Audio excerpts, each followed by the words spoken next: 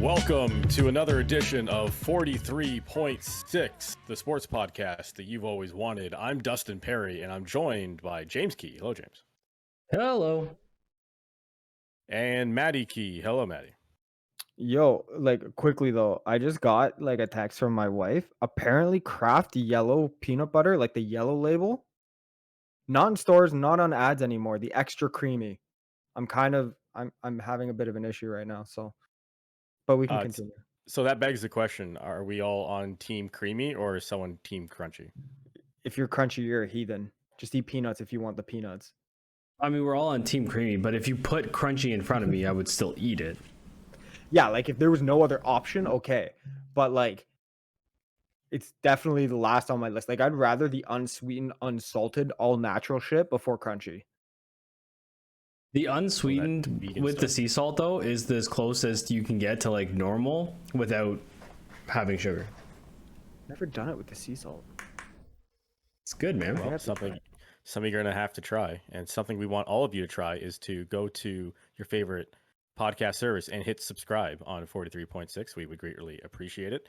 This, of course, as we mentioned, is the sports podcast you always wanted, and we're going to talk about a number of things today on the show. Some of those things being the NFL's Week 1 schedule and leading into Week 2 as well. The Montreal Canadiens.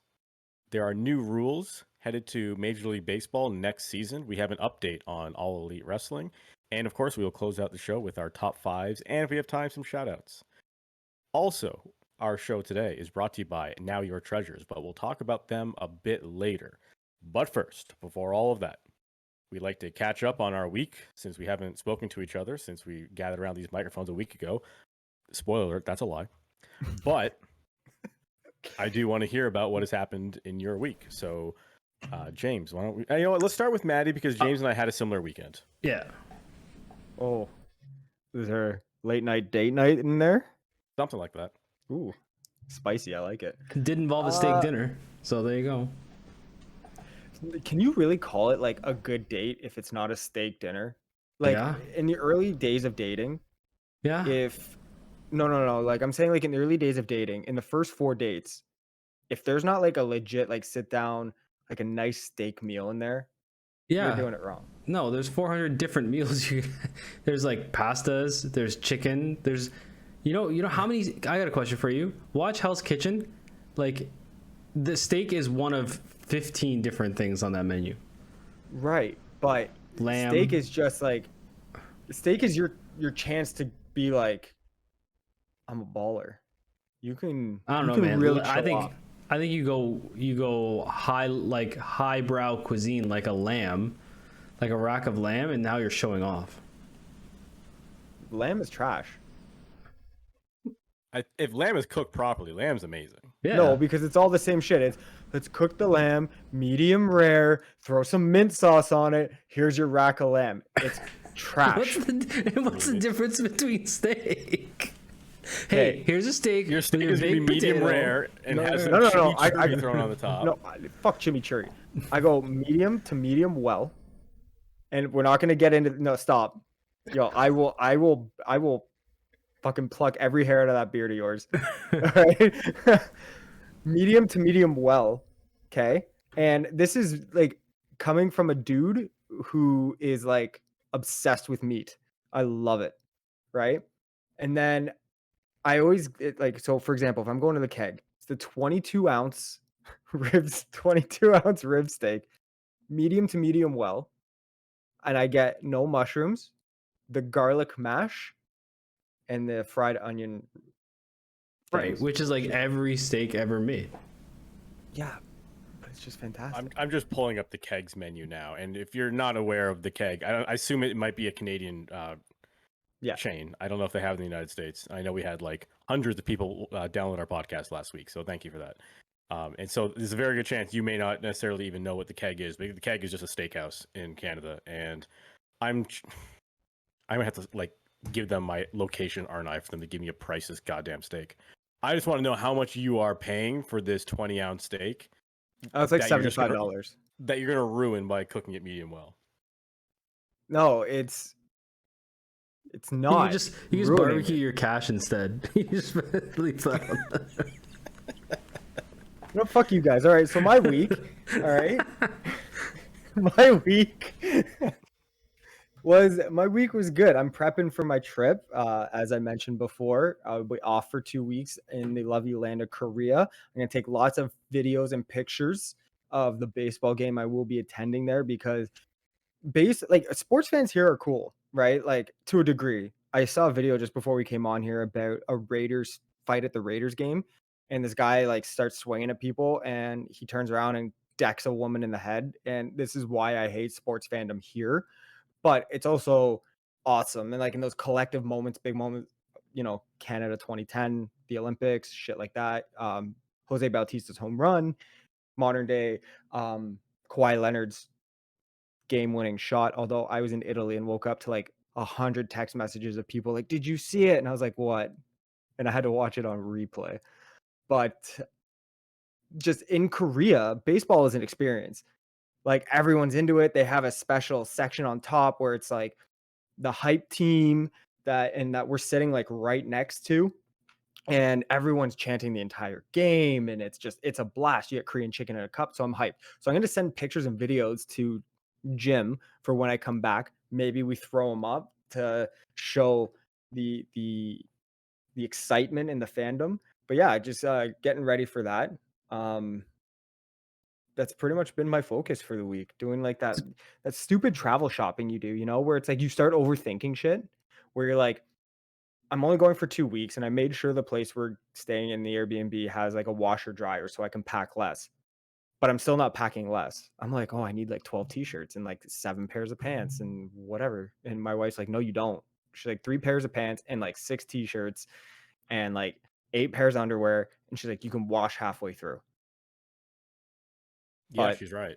yeah, But I the know thing she about is. Airbnbs, I always have that like not anxiety, but like almost anxiety of should I bring shampoo and body wash and like Oh, I have to with this hair. I like no, yeah, I'm not no Bush League Korean shampoo, although their shampoo is probably infinitely better than ours.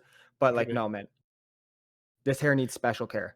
My But if you're going to anxiety, like a hotel, like that stuff is there, right? But like yeah, Airbnb is always a crapshoot. Like my maybe it's there, maybe it's anxiety not. is that an Airbnb is not regulated. Like they probably have like cameras watching it poop and shit. Like Oh, there's like, I'm gonna scan for cameras, and if I find one, I'm totally whipping it out in front of the camera. Like 100%. Like I'm just gonna drop it right in front of the camera lens and just stand there for like 30 seconds. And not even hard. Like full softy. Like soft serve, 100%. they better have expensive lenses on those cameras. Oh no, they're gonna Get need that, super get zoom. that Are you kidding? 46 times zoom. Speaking of expensive, I looked up the steak. So you're talking about the 20-ounce ribeye steak? I don't know if it's the ribeye. It's just the cap on rib steak. Well, sure. Yeah. Sorry, it might not be ribeye. You're right. It says rib steak. Yeah, so a Yes. 20-ounce steak. Yes. Yeah, so $58. Okay. After tax, you're looking at $65.50. After presumably a 20% tip, you're looking at least $78.65. So this is almost an $80 piece of business that you're going to tell them to cook medium well. Yep. For the record, a Big Mac meal is like $8.95 or something. You know, when I was in Buffalo, I was in Buffalo going to Pittsburgh last week, and I was thinking, oh, we'll stop at McDonald's. Like that'll be a cheap lunch to get. It was like $15 US. Yeah, it's not cheap anymore. Like McDonald's their prices have gone absolutely through the roof. And Yeah, I checked my bank statement. Like you look at the actual conversion, like that was an over $20 piece of business for McDonald's for lunch. It's so expensive now that when I look at the discount when they're like, oh, this meal is on sale for $8.99. I'm like, the fuck are you talking about on sale? Like it used to be $4.99. Remember two can dine for $4.99? Yeah. No, it wasn't two can dine for $4.99. It was two can dine for $9.99. Actually, you know what? Let me pull up. Because if it was two can dine for $4.99, they're eating for $2.50. That was McDonald's. No, in the 60s. I'm saying like this was back when we were like 13. No, that would have been the 60s based on the value of $1. Or I remember the 2 Big Macs for $2, like that promotion where it was like a week. Yeah, I remember that. That wasn't you that know, long ago. No, and That was maybe 10 years like ago. 50% reason of why I got so fat was 2 Big Macs for $2. Or when the dollar menu. Okay, Do you remember Yes. before Warp Tour Oh, or the dungeon yeah. and Roy with The 46 cheeseburgers. cheeseburgers Holy and like shit. the 200 breakfast, nuggies? breakfast, lunch, and dinner. Yeah, that was honestly. One day, Dustin, we'll I have to didn't- tell you the stories of my apartment in Lindsay, Ontario. It was, was- like 17, 18, 19, 20-year-olds just being completely stupid. Just- Like it was out of a movie. In Toronto, I believe the term for this is now wastemans. That's what we were. We were wastemans. We started the movement. I have a coupon right now for McDonald's for one Deal. Big Mac meal. There it $7.39 is. plus tax. Wait. Two Wait, can hold on. dine? $14? Go fuck 14 yourself. 14.18 two can dine, or See, it you want doesn't that, even rhyme. Big Mac meal, 17.39. It doesn't. $7.39. $7.39. It doesn't even rhyme though. 7.39. Why couldn't they make it two can dine for $14.29? Like add another 10 cents and make it rhyme. Like I don't give a shit. It's really annoying. You don't need it to rhyme. They don't like. No, that's the whole advertise these on the point. radio Two can anymore. because you say it in the jingle on TV. Two can Yeah, dine but for $14.99. But that's my point. Like they don't have a How- jingle. They don't have an ad They should. buy for any of this. They No, should, shouldn't, because it these should be things, on the radio. Because these deals change every like month. Two can dine. Well, that doesn't matter. Ad Bro, spots you can buy. they can do a voiceover in 5 seconds. Two can dine why? for $13.29. Like, why is it? What Listen I'm to saying this, is okay? they don't advertise these promos like that. This is I not understand, but I'm 1989. saying they should. And listen to the difference. Two can dine for $14.39, or two can dine for $14.18. You're missing the point. The point is they don't market 1408. this way anymore. The No. marketing goes right to your cell phone. They don't should need- though. No, they shouldn't. Oh, Why? absolutely. It sticks in your head. Why would Like, Would I Dustin, rather advertise directly to my customers or put it on a radio station they're not going to listen to? You do sir, both. it lives in TV. your head beyond your phone. Pavlovian Stanza. experience.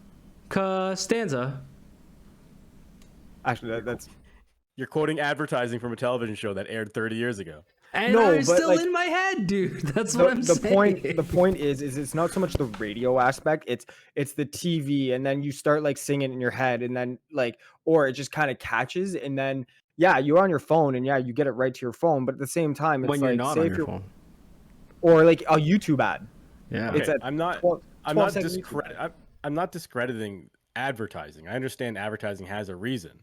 But for a brand like McDonald's, you don't need to you don't need to advertise, period. But if you are, you don't need to advertise a promo that you're going to change in 2 weeks. Yeah, You're gonna but be like advertising your But it promotional needs to food items. rhyme, is what. If They it come rhymes, back. It's they come back to immediately the true. promo. If it, everyone knows the rule. If it rhymes, it's the truth. It's like well, if it's on the internet, it's true. Yeah, man. I read But it no, on Wikipedia. Because you're only thinking the one instance, right? But this is a promo that they would be running a couple times a year. They just go back to the well on You it. want me to go get my Swiss Chalet coupons and see what they wrote? He didn't say no. He's So yeah, so that was my week prepping for Korea as we digress from McDonald's and steak dinners. Prepping for Korea. Shout out. This is not part of the shout outs, but shout out as I was packing, unpacking from the move. I found my Unicorns of the Apocalypse t-shirt. T-Turtle. I love that place. And I was like, I'm gonna wear it for the show. But yeah, that was my week. Boys, you. James, do you do anything on Saturday? hung out with my kid most of the day. There you go. You? I was up in Barrie, Ontario for Barrie Wrestling, which was a lot of fun.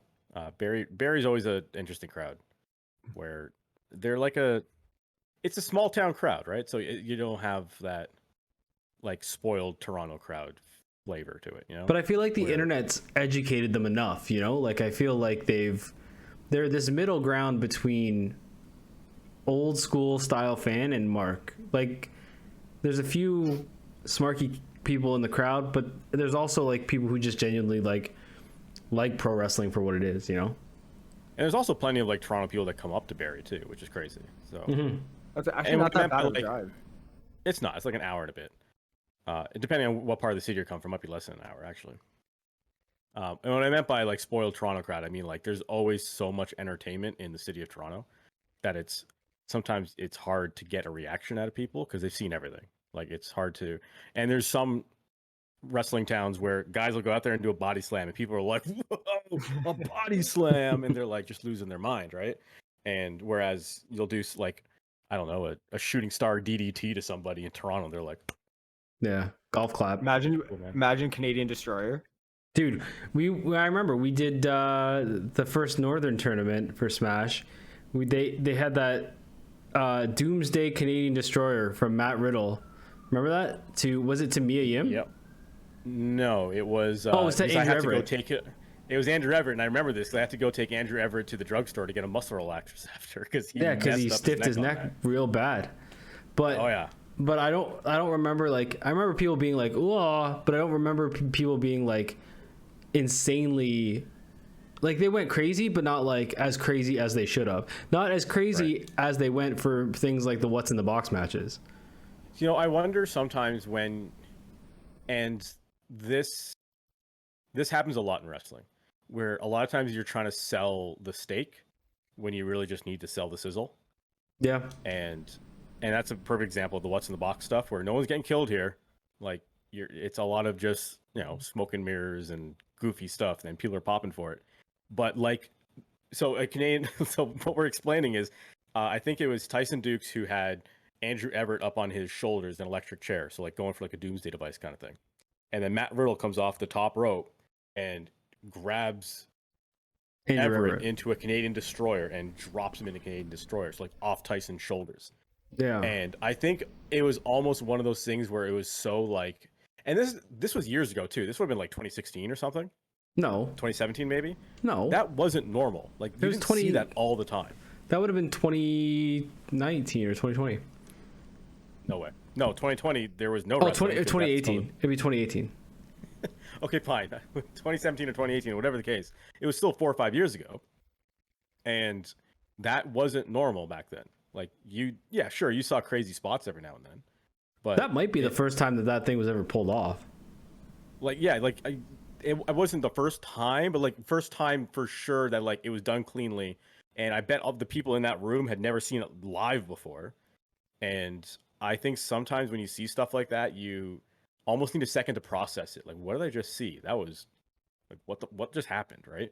So yeah, I think sometimes that contributes to it as well. But anyways, yeah. So what we're saying is that like there's a difference between a Toronto crowd and a small town crowd, and Barrie, I still think, is a small town crowd, so they react to a lot more than a Toronto crowd would. But some of those matches were awesome, some not so much. But that's wrestling. Way she goes. It was a good time. Sorry? So way she goes. Yeah, exactly. So and then so the next day. Yeah, so the next day, James and I went golfing. And the whole time, maybe not the whole time, leading into the golf day, I was thinking this is gonna be cool because I bet throughout the day James and I would be like poking at each other, like, oh, see the score of the Jets game? See the score of the Ravens game? You see the score? There's no poking. Check the score. We didn't have to do that because the Ravens just handed the Jets their ass in a matter of like one quarter. So by the time we like teed off for the first hole, the game was already over. Listen, I will point out that we were correct. Sauce Gardner allowed nothing. All right, so they just didn't throw to that side of the field. Well, for a game that was, for all intents and purposes, a blowout, the fact that he didn't allow nothing, pretty good. Yeah. Well, they just didn't throw to him, right? Like that was they know how good he is. He got respect, and that's what it is. You know who's not good? Well, we'll get into the NFL after, but we went golfing. And it was a lot of fun, man. We do this every year now with Sean Gibson, who runs Barrie Wrestling, and it's a church youth group charity event. And we go with Brad Myers as one of the quartet, and then Sean is the fourth. And it's always good just to, like, I don't know, if it feels like we didn't leave last year every time. Like, it just feels like we pick up from that game. We get a little better each year. This year we shot 9 over collectively in best ball, which isn't too bad. I didn't lose a ball all day. Just saying. You thought I did, but I found it. Yeah, so it was probably like we were probably on the 7th hole, and James is like, I haven't lost a ball all day, boys. I'm doing pretty good. And I said, I'm like, dude, that's famous last words right there. And Cranks it honestly, hard his left. very No. next shot I know exactly how rattled the drive went. rattled right into the woods. Yep. Yeah. And Cranked he found it it though. though. Like he went into the woods looking for it, like he was Happy Gilmore, you know? Yeah, cranked it though. It was like, so the hole was, I think it was a 315 or 320 yard par 4. I would have hit it. I would have hit it parallel to the front of the green. I Uphill love how too. he's like, oh man, I would have put that right in the pin if I hit it straight. I did say Yeah, that. well, okay. It would have gone right in the hole if it was straight. I Yeah, wonder if I could have drove that green. I probably could. if I did, you did. If I did, you would. But yeah, like, what course is it? It's called Samoro Golf Links. Is that the one at like the 411 kind of cutoff area? Yeah. Okay. I think I've played it a couple of times. Nice course. Yeah, it's not bad. It's Like it's not like an Angus Glen or like a what's that over? It's well maintained. Coppenwood or whatever. No, it's but well like it's a maintained. nice course. Yeah. Like I thought the sand traps weren't like beat up. We had a couple putts that rimmed out that would have been nice shot. Like I know you had a couple, Dustin, that rimmed right out. I had a couple. Longer putts too that would have parred or a couple holes, and we would have done a lot better. But no, it's just good. It's just good to get out and like, I don't know. You just like golf. I'm trying to get Brad and Dustin out our way, but these guys work regular hours, so I know, it's tough. Yeah. Get adult jobs, man, where you don't like you work till 12. I mean, to be fair, like there are plenty of days where I could just leave at 12 and no one would notice, but just that one day when you do, you're gonna get Famous a message last from like, words. your boss's boss to like, Yeah. exactly. Haven't lost It's the like, ball hey, can you all run day. this report for me? Yeah, haven't lost a ball all day. That's when you say, buddy, my internet's down. Sorry. I got Rogers or Bell coming. But it would be cool if like we got out and get Brad out too, and the four of us can go. Brad's day. really improved. I'll give Brad that, man. Brad gets better every year. He says he only plays like once, but like he's found. I mean, if he ever wanted to like do it and play more, he'd be a pretty good golfer. I think he's not too shabby. Yeah, he's got a really good drive. So Yeah. that's key for our team because I'm just gonna put it in the woods every single time. Dustin's a hard left. He's a big slice. He shoots left, and it is almost a like 90-degree angle to the left. No, It's almost if you tried to do what I do, it would be impossible. Yeah, That's how I might be able to fix it. we'll see. No, but I see. Here's the weird thing with me, and I picked this up from my dad. I golf right. I putt left. And like it's not super rare. Like I've heard it before beyond just my dad and myself. Actually, I think Brian Hayes is the same way. I think it's come up on Overdrive once or twice and they all rip him for it. I'm like, why? And it feels so much more comfortable to me. It's tee off right, irons right, hybrids right, everything is right, and then you get into that green. I want that soft touch, the familiarity of that shaft in my hockey stick in my hand. Do you remember? Okay, am I having Mandela effect with this? Do you remember? Did we not go into a golf town 10 years ago and they were selling putters that looked like hockey sticks? Yes, they did, and they had each team. Yep, they had each team, but they were like thick like a hockey stick, but they're almost like a wood porcelain feel, like on the blade, and like the height of the putter was a lot higher, but it wasn't like a narrow shaft like a regular putter. It was full thick like a hockey stick. Yeah, I just remember that, and I didn't know if I was pretending or No, Mandela I effect. almost bought one because I remember I putted with it and I was like, this actually feels kind of nice. I was thinking of putting hockey tape on it just to kind of, because it doesn't have any ridges or grooves on it. So you don't get any of the top spin that you would on a regular putt. So I was thinking of putting hockey tape just to kind of give it some groove, but apparently that's illegal. And I was like, well, then can I create my own, like drill little holes in and whatever? And no. But yeah, I remember those things. Those things were awesome. I wonder if we could find those. You can. There's web stores that sell them. I'm on a golf web store right now Oh, that really? is selling all of them. Yeah. How much? Although it says out of stock, so maybe you'd have to look a little further than I did for the past 10 seconds. But on this one particular website, it's like $115. Okay. I'm fascinated. I may try this thing out. If I can find one that's not more than $100, I may try it. It honestly looks pretty whack, though, to be honest. It was honestly the most gimmicky thing though. Like we walked in there, we tried it, and we're just like, "This is awesome," but it's such a gimmick. Oh man, you were getting Oh, yeah, laughed off the course. Hey, man, it worked for Happy Gilmore, all right? I don't But care. he just had the blade. Like he had a regular putting If shaft, but you- it was just the blade. This is a if you- full hockey stick. You would get laughed off the course. Well, here's the thing. Like, You how reach often into your are bag- you near other people other than your friends, right? Listen, you reach into a bag and you pull the hood off that bad boy. You're getting high school levels of laughter. Right Yeah, off. but if you sink a 30-footer with that thing, it shuts Oh, everyone up real dude, quick. you can do full on. What's his name? I don't know what that means. Yeah. I don't know. Who's that guy who, when he scored the goal? Who did that, actually? I That's a don't good know. question. Right? Like who's I that? don't know. I feel like a lot of players do that in big games. But someone if did it that they're- was recently in hockey, I think. I think Austin Matthews has done it before. No. Oh. Was it him and Patrick Kane did it back and forth? No, they did the ear. Oh, did the Hogan ear. Yeah. Yeah. Hogan ear. Well, I mean, I think if you say like the Hogan ear thing, people. Oh, will no, get it. I knew exactly what you meant when you Yeah, said Hogan see? ear. I just thought it was That's funny why. to say Hogan ear. Hold on, let me preface this. The racist Hogan ear.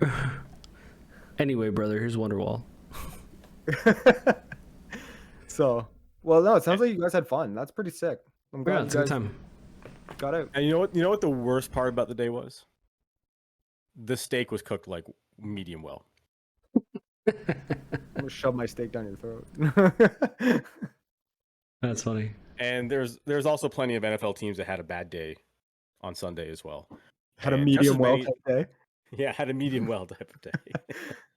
And just as many of them had really good days. But we just want to do a quick wrap of some of the top stories in the NFL that happened over this past week. I guess we start from Thursday, where the Bills look real good. Like, real good. And I just want to point out, what was the story of the game? But like Josh Allen was one of the stories, but what was the one name you heard most throughout that Bills game? Josh Allen. It was Von Miller. Sure. Yeah. Von No, Miller he definitely played made a difference. out of his mind. For sure. Man had 2 sacks in his first game with the Buffalo Bills against the reigning, defending, undisputed NFL Okay. Vince Lombardi champions. But like, They let's had The not. Rock there, too. Was he there? I didn't see the Yeah. pregame. But let's like scale back a bit. It is week 1. Like, yes, the Bills look good, but at the same time, it's all these teams who did either really, really good or really, really shitty outside of the Cowboys. I mean, it's week 1, Yeah, right? it is like, week 1. They But- they could blow out the defending champions in the Rams in week 1, and then they could go 0-4 for the next 4 weeks, and Bills fans are going to burn that city to the ground. Yeah, and I mean the same thing. Like the Rams could win every game till now and lose the first game of the playoffs. Like Yeah. football is such a wacky sport sometimes. But in watching the Bills play, It feels like I they think- picked up after that KC game. Like they didn't miss a beat. They just right back into it. do you? Here's my question to you guys. Just as we're talking about the Thursday nighter, we'll move into Sunday. What's the Bills' weakness? No run game. I would agree with that, but I don't think they need it. I mean, here's the thing. I think it's fine enough. Like Singletary and Moss can handle it, even though Moss had a couple fumbles in that game. I think it may have been one fumble, whatever it was. But like, they're good enough. I know what you mean. Like, you do need to rush at times, and if you come up to a team that has a great secondary, is going to shut down Stephon Diggs, like you're going to need to rush, right? But Josh Allen is just so good at being a running back himself that like he led the team in rushing that game. He was like, what was it, 50, Well, 'cause he 60 had yards to. or whatever on the ground? He had to Oh, have that ball on the ground. That's a fair point as well. Right. Like, here's the thing: is if you don't have a run game, and then Josh Allen is going to be your leading rusher per game, you don't want your quarterback being your leading rusher because you're exposing him to potentially get hurt. Right, Because but all like it takes is one, call up from the practice squad on a team, later week 12, 13, close to the playoffs, who may be seeing the Bills, and they're like, you know what? If he's going to rush the ball going and slide, dive on him. here's the Put thing some weight though. on his shoulder. In the NFL, a good receiving team can make a mediocre running back or back decent because it opens up the offense, and the reverse is true. A good running back can make some mediocre receivers look real good because you're opening up the offense. And I think I agree with what Dustin said. I think Singletary is good enough to be decent in this offense, that the wideout options will make him look better than he is. And I think in and of that, I think the Bills are the most complete team I've probably seen in the NFL in a long time, even dating back to last year. And I think the addition of Von Miller just solidifies that defense to make them, like, I don't think, has there been a favorite for a Super Bowl like this since the Pats? I don't know. That's a good point. Like going into the season where you look at all the, professional football analysts making their picks, it's just Bills across the board. Like everyone is taking the Bills. And I know this can go for a lot of teams though, but they're one injury away from this crumbling down to one of two guys. It's if Josh Allen or gets hurt, Stephon Diggs. That's it. I think they can survive without Diggs. They won't be the best team in the NFL if they don't have Diggs. But you instantly need to rely more on the run game if you don't have Diggs. And if you don't have a run game and Diggs goes out, you go from a top 1-2 offense to what, maybe 10th? I want to read this tweet because you reminded me of this. As you said, it's week 1 and like let's not lose our head here over certain things. This is from Andy Holloway, and if you guys don't follow the Fantasy Footballers podcast, you should. If you are into fantasy football, they're probably the best fantasy football podcast that I've ever heard. They're really good guys. Andy Holloway is the host, and he tweeted this morning. I thought it was hilarious. React. Don't overreact. Adjust. Don't over-adjust. Breathe. Count to 10. Go for a walk. Just 5.8% of the way through the season. They'll be all right. All this being said, the Cowboy season is over. Yep. And if you haven't heard the news, obviously the Cowboys had a rough game against the Tampa Bay Buccaneers on Sunday Night Football, losing that game 19-3. It was an ugly one, but not only did they lose that game in an ugly fashion at home against the Buccaneers, they also happened to lose Dak Prescott to an injury about in the third quarter of that game. Again. And I feel like we talked about this last week on the podcast of like, dude, we talked about it on the course. We talked about Dak not making it past week 1. We're like, if he stays healthy. That's the question, right? We were always like, if Dak Prescott stays healthy, the Cowboys can be a good team. We were like questioning whether they're the best team in that division or maybe the second best team in that division, but it all depends on Dak Prescott's health. And if you go back 2 seasons ago, when it was like Carson week Palmer? 8, No, was the backup? It was the ginger from Cincinnati. Are we talking about from last night? No, like a couple years ago when Dak had that ankle injury in like week 10. I think you're right. I think it was Carson Palmer. That's the injury I'm talking about. Yeah. I don't remember who came in to fill it. It was Carson Palmer came in for the rest of the season. I mean, it could have been. But what I mean is, like, prior to that injury, and I think it was earlier than that. I think it was like week 8 when he went out. When he got that ankle injury or Achilles injury or whatever it was, that lower body injury, he was the best quarterback in the league by far. Stat-wise, yeah. If you look, stat-wise, like if you looked at his completion percentage, if you looked at his total yardage, his touchdowns, his quarterback rating, he was above and beyond every quarterback as if he had played 2 extra games. It was obscene. He's a fantasy machine too. And yeah, absolutely he was.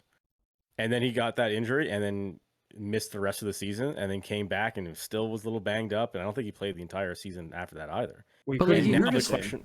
Dude, he hurt his fucking thumb though. Like, it's not like he's re-injuring. Like, it's his thumb. He's the Joffrey loophole of the NFL. The dude's like Mr. Glass.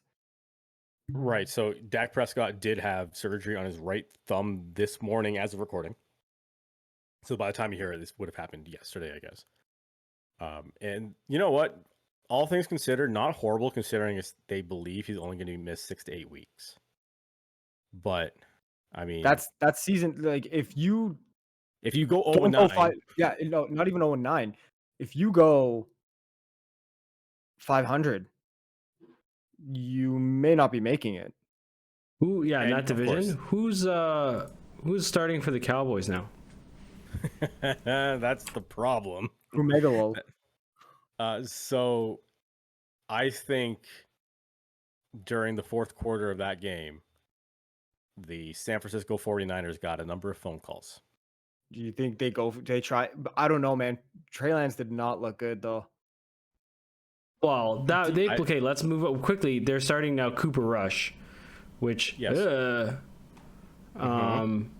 Would you prefer Will Greer? Because they have him too.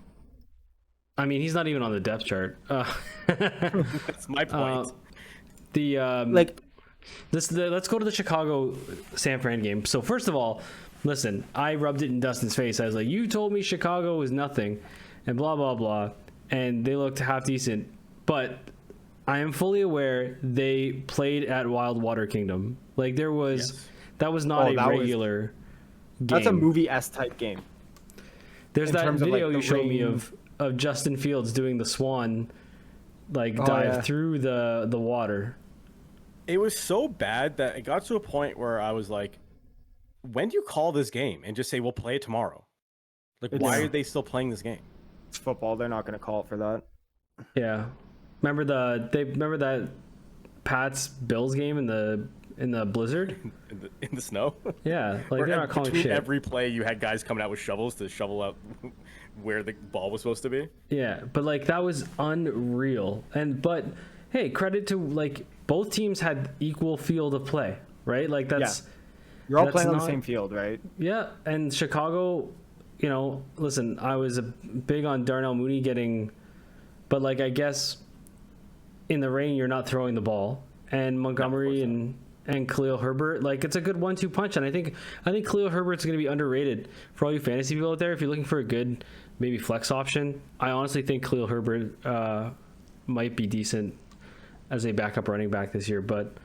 Herbert is the ultimate vulture of touchdowns. Like Montgomery's going to be doing all the work, but then once you get into the 5, Well, because Herbert's a beast, right? Yep. So, I mean, listen, the Bears are 1-0. I don't think this is indicative of the Niners. I think that's a fucked up game that could go either way. Like if we're gonna sit here and say, oh, the Bills are one injury away, we can't be like, well, fucking Trey Lance is shit because he couldn't win in a monsoon. But at the same time, though, you can say that they're not going to, even with Dak out and the Cowboys calling, there's no way after that they're going to be trading Jimmy Gorgeous. I mean, it depends, right? What are you going to offer? How old is Garoppolo? You're not going to sit on that guy forever. You're going to want to get what you can in return, right? So this is exactly what they're waiting for. Yeah. For a situation to arise where someone badly needs a quarterback. What kind of premium do you think they have to pay on that, though, the Cowboys? Knowing how it's almost, and like I know we joke about fucking bringing it back to the huge. Leafs, but similar to, the NHL, teams aren't lining up to help the Leafs. Teams aren't lining up to help the Cowboys. So No. like what kind of premium are the Cowboys trade tax? What are they going to pay to have to get him? Well, to be honest, I don't think he ends up in Dallas, but Hypothetically. I wouldn't be surprised. Yeah, it would be wrong of the Dallas management not to make a phone call. Yes, you have to at least kick at the tire and see what it would cost you, and then you evaluate from there whether you feel. And here's the your thing: team I don't can think make that. I don't think Dallas has the current pieces that San Fran would want to make their team better, to make it work, that Dallas would be willing to give up. Like, I think you remove anything of value on that Dallas squad without Dak Prescott already, and you're already that, like, I feel like you talk about the Bills in one piece. The Cowboys are way more fragile than the Bills when it talks about removing pieces after losing Cooper and Elliott not being what Ezekiel Elliott used to be. Like, what I guess you would ask for, I don't know, maybe a tight end. You would ask for a running back because they just lost Elijah Mitchell, right? Right. Well, I guess, yeah. Yeah, he went out with that knee injury, and who knows how long he's out, right? I think they said 2 months. So he's like same timetable. Most of the season. They should do like a temporary trade. It's like, we'll give you Garoppolo for 8 weeks if you give us like Ezekiel Elliott for 8 weeks. And then we'll see. We'll trade him back. Just before the deadline, just be like, all right. Yeah. But like, I think, I honestly though, back to this, I think this sinks the Cowboys season. I don't think they make it. No, I don't. I mean, even if Dak comes back, what kind of Dak are you getting, right? Like, I don't. And time's running out. Like, their players, like Ezekiel's not getting any younger. Dak is clearly not getting any healthier. Well, he's 29 with that kind of injury history. Realistically, physically, he's probably entering his 40s. I don't see it working out very well. Like, they're gonna be that mediocre. Like, unfortunately, because of the Cowboys, they're gonna be mediocre and get mid-round picks for the foreseeable future, and it's gonna hamper their rebuild. So we'll see. But how about those? You think the Packers realize they might need a receiver? I think the Packers realize they need more than just a receiver. Yeah. So before we get to that, I just want to say I think it's very possible you see Tony Pollard plus something at least offered for Garoppolo. I don't know if that gets it done, but I think maybe that's where they start because there's clearly a need on both sides. What about a pick? I mean, yeah. So I don't know. Like, there'll be other things that will have to be thrown in there. Pollard's a good start. Both teams clearly have a need right now, whereas the Niners pretty much badly, unless they're okay with Jeff Wilson being their guy. And I know they use Debo a lot in that role as well. So who knows? They may not be overly interested in trying to replace Mitchell right now, but I just think there's something there that you could possibly see. But yeah, great. Yeah, that's like, man, the Green Bay Packers, and yeah, they need a wide receiver, don't they? And we had that conversation last week when we were talking about Las Vegas, and is Davante Adams that good, or was it Aaron Rodgers that did it? No, Adams is that good. Look at Adams this week, right? He footworked the shit out of, I can't remember who it was. The dude was back in high school in that move. Like I had flashbacks of, getting stuffed in a locker, I'm sure, because Davante Adams bullied. It would have been a lot worse if not for him. It was a finable offense. It was like that. It was like that should in of itself should have been counted as taunting. Like it was so egregious. But how, like, again, goes back to the Packers. Like, if you're Aaron, like, what are you doing? Like I know we talked about this last week, but you bitch and complain about not having involvement in the personnel. You stay, I'm assuming, because you got that involvement, and you can't either make guys stay or get new guys. Like, what was your plan? I think he definitely had the involvement that he wanted because, well, one, he stayed, and then two, all of a sudden Randall Cobb's on the team, right? It's like, in what world would they have brought back Randall Cobb unless Aaron Rodgers asked for him? Right, but then that makes him look like an idiot because Randall Cobb it's not 15 years ago. No, it's not. And Davante Adams arguably a top 3-4 receiver in the league. Yep. Right? And Davante Adams had 17 targets and 10 completions for 141 yards. Those 141 yards was almost 50% of the total yards that Derek Carr had. That's stupid. And against, like, they're playing the Chargers. Like, it's not like they're a bad team they're playing. And the Raiders' offense is super underrated. Like, if you go left to right through the Raiders' offense, like, they're really fucking good. Yeah, but like I was just gonna say though, do you think guys just don't want to play with Rodgers? Like, do you think, like, I get he's great, 2-time MVP, gonna go into the hall, walk right into the Hall of Fame as one of the best quarterbacks ever. But do you think, do you think there's something in there where guys are just like, bro, I'm sick of your shit. I don't want to be here.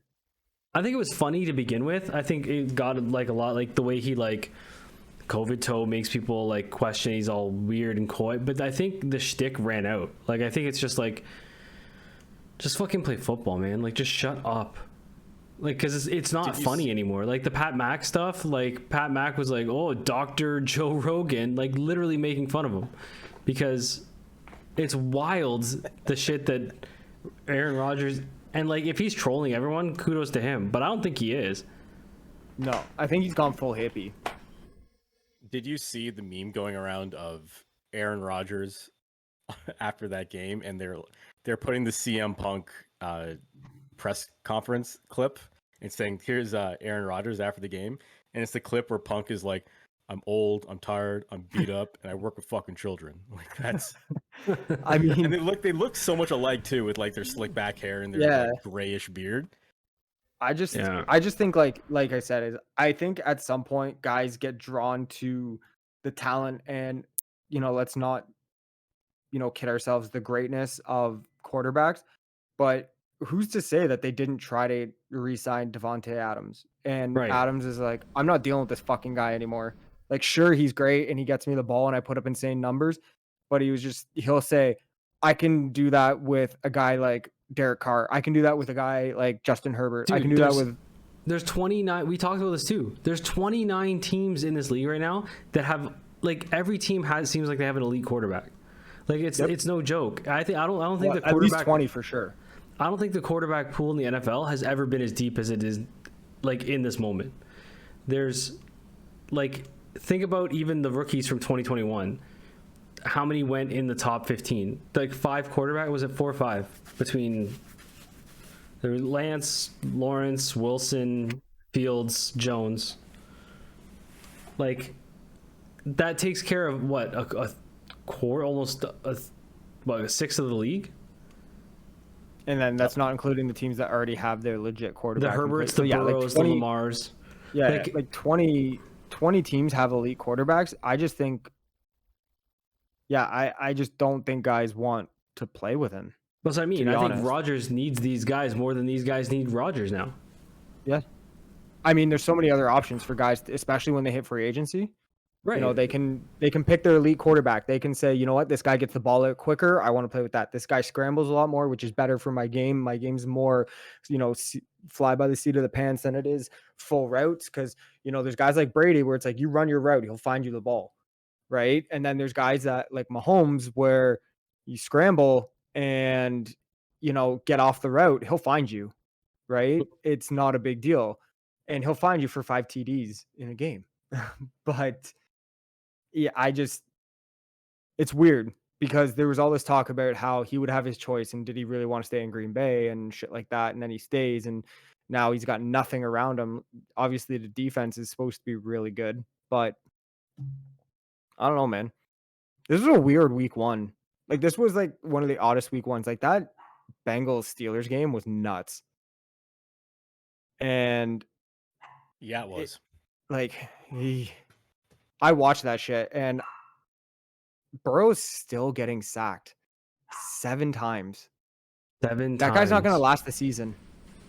Yeah, here's your fantasy football tip of the week. Pick up whatever defense is playing playing Cincinnati, and you will rack in the points, as James did last night. At minimum, you're getting 5 sacks a game against the Bengals. I had the Steelers D. Yeah, I had the Steelers D in fantasy, and boy, did I clean up with them. Just feasted. Feasted. He ate like kings. Yeah, full on Thanksgiving. It was unfair almost, but it's so sad to watch. Like, and like Joe Burrow, like what the guy even seems like a good dude. Like he's a fun guy. Like he doesn't take himself too seriously. Like he does, but not overly. He has fun with the whole. Like clearly works hard. Joe Burrow's from Athens County, Ohio. 740 is the same county as Jock Sampson, and Jock Sampson makes me say it every time on commentary. So I'm going to say it as well. There you go. But that's what I mean. Like the guy isn't a piece of shit, and they just don't give a fuck. They just leave him out there to get destroyed. I mean, and it's actually no different than the Jets, right? Well, the Jets, the Jets O-line is decimated by injury again. Dwayne Brown and well, Mekhi Becton's out for the season, and somebody else was out. I forget who, but they had 3 offensive linemen out, and I just don't understand how these teams don't, like, it's your number one the only guy who touches the ball every play. Well, I just don't see how you draft a guy like Zach Wilson, you draft a guy like Joe Burrows, you draft a guy like Trevor Lawrence. You go out and get these franchise quarterbacks, guys that you think will be there 10, 15, hopefully 20 years, and say, not only are we investing in you because we see you being the face of the franchise to lead us down the road to get to the ultimate goal, but then not invest in protecting them. And what's worse is the dude took you to a Super Bowl last year. Despite, and the whole reason you lost it was because in the second half, he got blitzed into the ground. And like, despite, did Dustin fall asleep? Is he okay? Despite getting texting, actually. Despite getting sacked a gajillion times, like, they still went to the Super Bowl, and they didn't address it. And it's just so, like, if I'm those guys, I'm probably walking into the locker room just like scared shitless for my day, you know? Mm-hmm. Like, if you're Joe Burrow right now, you're probably going into next week and thinking, guys, just 4 sacks, please. How can it get worse than 7? Like, anything less than 7 is great. They're like, just stop 3 of them. Stop 2 of them. Just give me, and I don't know if it's a question of maybe he's taking too much time to let go of the ball. And 7 times is egregious. I say 4 sacks, he's taking too long. 7, that's a problem. Your line is Swiss leaking. cheese. Yeah. Like, that's 407 on a Saturday night at 2 a.m. Yeah. That's how open that lane to Joe Burrow is. I don't know. I don't know how that dude can take you to the Super Bowl and you can say, we'll do minor upgrades on the O-line to protect you. How you don't go out and get a stud like left tackle to protect that guy. I don't know. I just think it's stupid. Anything else from this week, or should we move on to our picks for next week?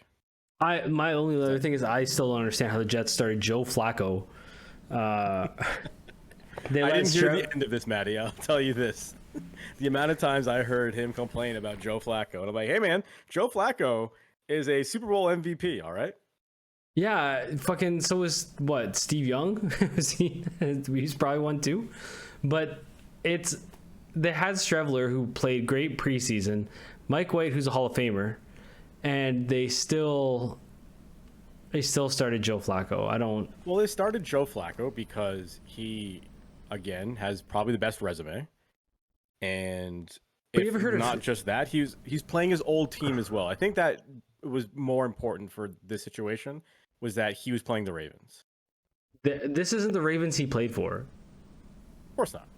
So, like, this is the only time where I was like, Mike Babcock should coach the Jets and not start Flacco. Listen, yeah, resume schmesume, man. Have you ever heard of being overqualified? Like, it's not like overqualified. This isn't 2003. Yeah, listen. It's week 1. Like, move on. But again, I thought, and look, we were talking about it in the course. I think Devin Duvernay is probably the most underrated receiver in the NFL. You're muted, bud. I would tend to agree with that. Thank you. I was just looking it up, and I don't have it in front of me anymore. But on like Yahoo Fantasy Sports, I think Duvernay is available in like at least 50% of leagues right now. And yeah, that plays into your narrative of he's probably one of the most underrated players right now, because he should be owned in a lot more teams, considering he's going to be the number 1 option for the Ravens, right? Like, other than Mark Andrews. And even then, like, Andrews didn't have a game. I don't think he had the share that, like, the lion's share of the targets. He may have had. And Rashad Bateman was an option in the offense. Yeah, like, that's your options, right? Like, it's Bateman and it's Duvernay and it's Andrews, and that's it. Yeah. So one of those guys is going to get all of the opportunities, and smart money at the beginning of the year was probably on Mark Andrews, but it looks like it may be Duvernay. That's for sure. Did you say smart money? So, well, the smart money was on Andrews, is what I'm saying. I was trying to give you a lead in. To our picks. Right, because I forgot what we're doing next year. James is trying to lead me to the point where we are starting now going to make a pick for the week 2 in the NFL, and we're going to continue to do that all throughout the season. What we're going to do is we're going to pick one matchup that we feel is a lock according to us. So, I mean, I'm not saying you should bet on anything, but if you wanted to bet on something and you believed in us, I mean, I can't stop you. Got tremendous information. Yes, we are experts clearly, and you should absolutely take our opinion on all of this. Call the number now. I'm gonna give you our lock of the week entirely free. This is Vince Russo. And the way we're doing it, once we pick, I call it almost suicide rules, even though no one's gonna die in this. Once we pick a team, we cannot pick them again for the remainder of the season. So that means I have to now keep track of all this nonsense. But hey, it was my idea, so I guess. Well, this part of it was my idea. So it was my idea to do something like this. It was your idea to do it this way, so it's on you. It was my idea to add the extra complication. So. Yeah. So who wants to go first? Oldest? Age before beauty? All right, James. I guess you're the oldest, aren't you? Okay, I feel, and this is points, right? Like we're not doing knockouts or anything. Yeah, no, it's just accumulation of points. Yeah, so if you get one wrong, it doesn't matter. Okay. I'm going to try and pick this team now, only because I don't want to have to end up with this team later down the road somehow. Actually, then again, there's only how many games? So we can take half the teams, right? Exactly. I am going to take... I already know what he's taking. I'm going to take the Steelers over the Patriots. Okay.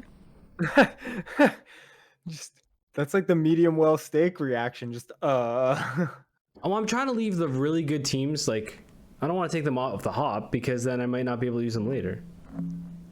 No, makes sense. No, it's a sound strategy. I can see it both ways, where a lot of times in pools like this, you want to take exactly what James is doing, where you want to try to take some of these teams that you don't want to have to deal with near the end of the season.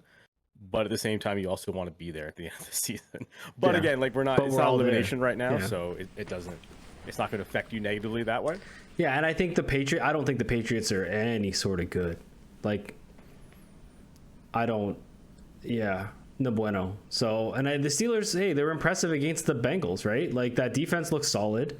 Although TJ Watt's hurt. TJ Watt's out. Yeah. But I still think that there's something there. Did they say? I was reading it earlier, but I don't remember exactly how long. Wasn't it torn pec? That sounds about right. It was torn something or another. Torn pec is probably 6-7 months. Second and third opinions on torn pec. He's going for. Oh. If it's torn, it's torn. Yeah. Yeah. Well, how long's Cody Rhodes out? Same shit, right? I was gonna say, suck it up. Yeah, Cody Rhodes worked with Seth Rollins in a cage. This guy could play the rest of the year. And right, yeah. Defensive player of the year. So. Am I next oldest? I don't know. Yeah, you're older than me. Okay, so no, he's not. This is. Is he not? Am I Dustin, not? are you not older than me? 87. I'm 88. You're oh, you are by 1 year. Okay. All right. Doesn't know how old his own brother is. Get fucked. I didn't know how old Dustin was. I knew how old you were. All right. So this one I think is the slam dunk, and I'm trying to get some of the slam dunks out of the way. I'm going to accumulate as much points as possible. And it's also a slam dunk, and it's a team that I don't really give a shit on betting on ever again. And that is the Cincinnati Bengals. Oh, that was going to be mine, you fuck. They are in Dallas, taking on the Dallas Stars, who, as we Cowboys. discussed in length on this program, that Dak Prescott's not there. They're in a lot of trouble with their backup quarterback, and obviously they're also missing a lot up front in their offensive line. Cowboys are going to be in trouble. And Bengals are poised to make a statement after getting embarrassed by the Steelers. So lock it in, Cincinnati Bengals over the Dallas Cowboys. I like it. That was going to be actually my pick because it was kind of the same logic. Just after who the Cowboys, how are they going to react to this? And I just feel like after that overtime loss, Cincinnati, it's not like they lost it. Essentially, their long snapper lost it for them with missing that field goal. So that was definitely going to be mine. Now I got to adjust, adapt, shift. And I'm tempted. Do I go like a big matchup game? So this is tough, but I think I'm going to take the Bucks over the Saints. Okay. It's middle of the road. The Saints aren't terrible. Not a bad pick. The I was Bucks are considering. good. I was considering. But I think it's not like a super safe pick, but I think it's safer. Like I could have gone, Colts, Jags, and gone Colts, and that's probably a safer pick. But I think I think the Bucks will take it. All right, and that is our NFL picks for week 2. I have the Bengals over the Cowboys. James has the Steelers over the Pats, and Maddie has the Bucks over the Saints. And before we move on to our next topic, I want to tell you that this episode is brought to you by Now Your Treasures. Now Your Treasures are purveyors of licensed fine art prints for movies, comics, TV, and video games, sourced from galleries in the US and UK, which includes artists from all over the world. Visit Now Your Treasures on Instagram, at Now Your Treasures on Instagram, and send them a DM 43.6 to receive 43% off any order. That's a DM to Now Your Treasures on Instagram, 43.6 to receive 43% off any order. All orders are shipped with tracking and complimentary insurance. View the entire view the entire ever-expanding inventory at nowyourtreasures.ca or .com. nowyourtreasures.ca or .com. DM Now Your Treasures on Instagram, 43.6 to receive 43% off any order. Big Now, read. thank you. Even though I botched the end of it. Alliteration's tough, man. You recovered nice though. Yeah, it was a good recovery. The Montreal Canadiens made a number of headlines, we'll say, this week. A couple of headlines. And there's one I particularly want to talk about. I suppose we should start with Carey Price, where it sounds as though he's done. Well, done so much as they need to not have him retire. Yeah. This is that like, oh, well, we'll reevaluate, mid-season at the end of the year. They've pretty much already written him off for this year. But it's the same thing that they did with Shea Weber. It's the same thing they're doing, like the Leafs did for years with Lupul and Robida, where it's just like, just go into the abyss, act like you're still trying to get back. Man's gonna get made cake. Like if you think about it, it's $10 million a year to sit on his ranch in Alberta. Whatever. Take it. But it's unfortunate that we never really got to see, outside of the Olympics, how great Carey Price could have been.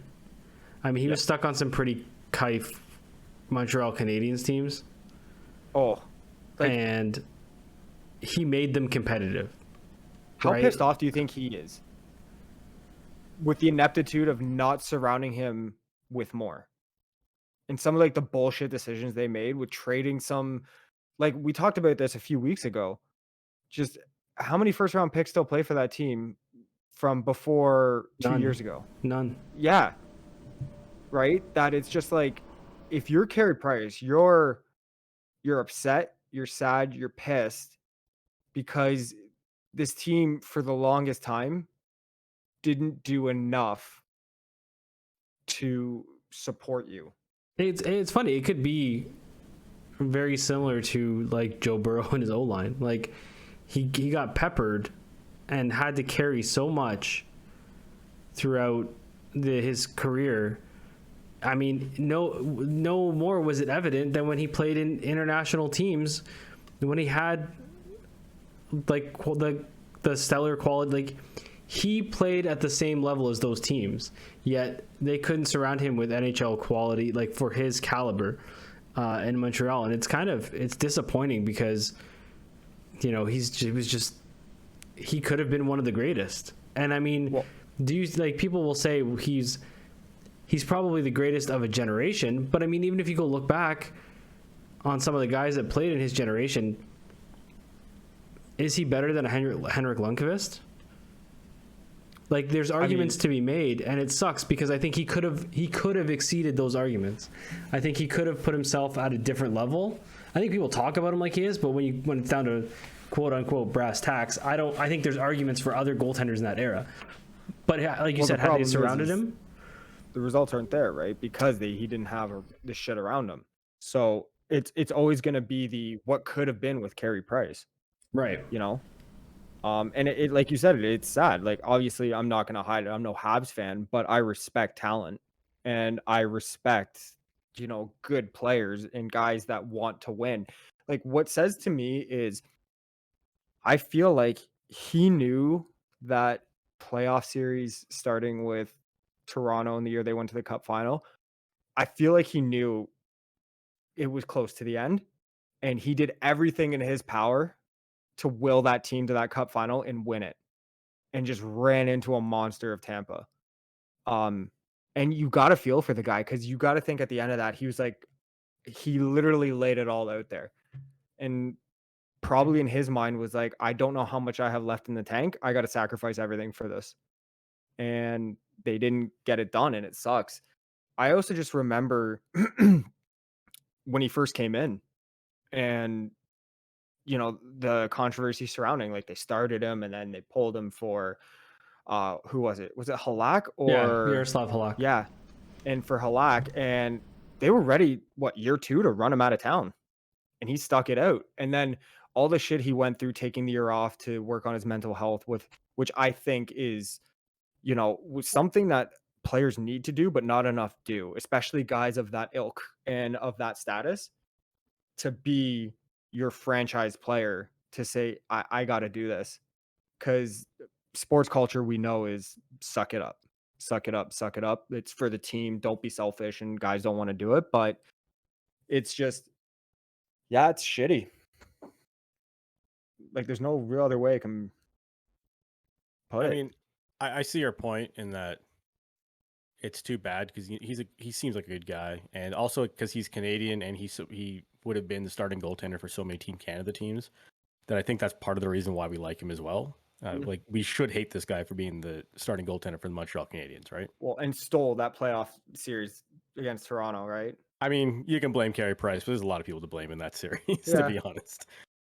But I don't really feel bad for him because I was just looking at it. He's made like $105 million in his career. Yeah. Yeah, but Yeah. I mean, So the money's nice and stuff, but I ask any guy who never won a cup who's a top line player, and I guarantee you they would trade half of what they earned to win one. Knowing the type of competitor he is, it's like this thing. I think the most difficult thing for any pro sport guy, especially these guys who are elite, is the what could have been. What if? Like, that's going to be tough to, and like for a lot of sports guys, that's really tough to deal with after sports. Well, just like I've always said this, and talking with friends and stuff about athletes and things, and they're just like, well, why do like things happen to certain guys after their careers in any sport, a guy that came from any sport. And I was like, just think of it like this. These guys are the 1% of the 1%. From since they could walk until they're 40, all they've known is competition at the highest level in sport and the obsession. And I say this all the time, professional athletes aren't wired properly to be that obsessive and that successful at the top of the game, that when it's all done, how do they just shut it off? Which then says to me, like Brady, when people are like, just retire, you did this, you did this, you did this. Man, how do you just tell that guy to just turn it off? You're the greatest of all time. Most Super Bowls. Like, you know what I mean? And you're right. Like this is their life. Like they don't really know how to have another Yeah. life. Like this is what they do. This is what they've always done. Like from the time they were kids, they get up early in the morning, go to the arena, and they play hockey. And like they have their their nap in the afternoon. And like this is just like this is their life. Like this is how they operate, right? And that's been the case for the past 35 years for this guy, or maybe a little less than 30 years, we'll say. Like, Mhm. that's been his entire life, right? So it's absolutely, it's got to be a huge adjustment for star players like this to have to be told when to stop, right? And Like you're being forced out. You're not going out on your terms, right? And the one thing I got to say about this too before we kind of move on to more stuff you wanted to get into about this, I hate the people blaming Chris Kreider for this shit. Like if he crashed into Carey Price and nothing, he never gets hurt and that series continues on and plays or whatever, no one says a thing. But the people saying, "Oh, Chris Kreider ended Carey Price's career because that's the origin and when all this started," like fuck off, man. It's he was hauled down. Sure, he maybe could have twisted, but do people not understand how fast Chris Kreider can go or and how how fast fast the game the moves? game. Yeah. Yeah. So anyone who's saying he did that intentionally, go fuck yourself. That's just my little 2 cents about that. Because I see a lot of articles, because obviously people are writing the what ifs of Carey Price and the history and a lot of the big moments, and a lot of people are like, that's the genesis of all this problem. And I'm like not the articles aren't vilifying Chris Kreider for it. A couple of them have, but a lot of the reaction to some of the articles has been, well, if it wasn't for him and if that didn't happen, he's ending his career. And makes me angry. Well, it wasn't just Carey Price in the news for the Montreal Canadiens. It was also Nick Suzuki, who was named their captain today, actually, the newest captain of the Montreal Canadiens. And for me, it's like whatever. I don't give a shit what the Montreal Canadiens do, to be honest. But what I thought was interesting was the presentation with all of the graphics that they put up on Twitter, and they had a whole press conference, and Suzuki put the new sweater on. And then as soon as he put that new sweater on, I was like, huh, interesting. You see that bright blue RBC logo on the Habs sweater, and it's just, here we go. The floodgates are opening. Now, we've seen the Pittsburgh Penguins unveiled theirs. I think the Washington Capitals had theirs. Arizona. Arizona had theirs as well. So there's been a handful of teams that have done it, but like, I think it just hits differently with Montreal because, one of the oldest franchises in the history of North American sports. That sweater has remained unchanged for so long, and it's just another, step in the direction that Gary Bettman wants to take this league. But I don't know. How do you guys feel about the logos on the hockey sweater? So we see in other sports, like the NBA has it. Like you'll see, and it's usually like stupid looking advertisements too. Right? Rakuten. Like Rakuten, and like did the Lakers have Bumble on there one year? Yeah, Like, good God, guys. Leafs have And TikTok on the helmets. TikTok on the Leafs helmets. Prior to that, it was Scotiabank, which was in collaboration with the naming rights of the building. So I think if the Maple Leafs are having a logo on their sweater this year, my money would be on Scotiabank. Probably. But we'll have to wait and see on that. But it's not unusual, right? Like we see it. Like baseball just did it with Nike. Now that's like a jersey sponsor that is the manufacturer of all the jerseys, so it's a little different. Soccer, the team logo is in the small logo, and the sponsor is the big logo. Yeah, Fly very Emirates. strange, right? Yeah, BMO, right? When you go to BMO Field to watch a TFC game, it just says BMO right across the chest. And if it's TFC look versus right in the corner, if it's TFC you versus squint Montreal, they're both You BMO. can kind of see the Yeah. TFC logo there. I mean, But here's Jimmy's the more thing. the jersey guy than I am. Like I love sports jerseys. I think, and this might be bias or whatever, but I think out of all of the 4 major sports, hockey's jerseys are one of those ones that are the most visually appealing because they all have crests of some kind on the jersey, big front and center. Where baseball, it's a lot of team names with like a small little thing. Football, it's color scheme with maybe something on the helmet, maybe on the shoulder, there's like a little patch. And, basketball, it's transition similar to baseball where it's like a small little logo with writing on it, right? it's not even the small logo anymore in the just NBA. the Like city. you get a logo on your shorts. Yeah. And your jersey itself just as your team Yeah. name or your city name. But I just feel like hockey's sweaters are so iconic just because it's clean. You have your logo, maybe the manufacturer on the back of the neck, which again, because a lot of guys have such long hair, you maybe never see it. But it's weird. And like you said, I think it being an original six team also, and the first one I think we've seen with an advertising on the jersey, it's a weird vibe. I don't know. Because it's one of those things where we all said, yeah, I'll be on the helmets, maybe something on the hem of the pants or whatever. We'll never see it on a jersey. And I don't know. Like I said, Jim's more of a jersey guy than me, so I'm curious to know what he thinks. I thought I would hate it more than I do. Like I just don't care. Like it's, you know what it is? Like and when I looked at it, I'm like, it just doesn't look out of place. Maybe it's because we watch so many sports and you see it now in so many different places. It's like NASCAR. It's like it doesn't look like a, it doesn't look like a NASCAR. It's, to me, it looked, as much as corporate sponsorship can look, it looked classy. Do you know what I mean? Like as much as it could. So I don't hate it. It doesn't bother me, and it doesn't look out of place. Like if I'll forget about it in 3 weeks, right? Like I won't even. And then by the time I want a new sweater, if I don't get the patch, I'll be like, that's not the same one, and then I'll want it with it on it. So like, you know what I mean? Well, at least for the NBA, when you buy a replica jersey, you don't have the advertisement on it. But if you buy an authentic jersey, you have the for the Raptors, it's Sun Life Financial, I think. It's So just right up here, right? Yeah, it's just the same That's same as placement, the like NHL. right above your pectoral. Same placement as the NHL. I mean, yeah, you're right. Yeah, just right above the pectoral, there's that small advertisement, and for the Raptors, it's Sun Life Financial, and it so you only get it as like a fan if you bought the authentic one, which are rare to come by anyways. For whatever reason, it's difficult to get your hands on those. That's what I mean. Like, to me, it becomes more reflective of the actual product at that point, and I would probably want it, right? Like, it's a weird thing that they do to you, that way. But like, even as I've become more interested in soccer and stuff, like, am I sitting there going, oh, fucking Liverpool only has their logo in the top? Like, it's instead it says fucking whatever their sponsor is now. Like, I don't care. It's at the end of the day, I'm cheering for the team. I'm not cheering for the fucking sweater.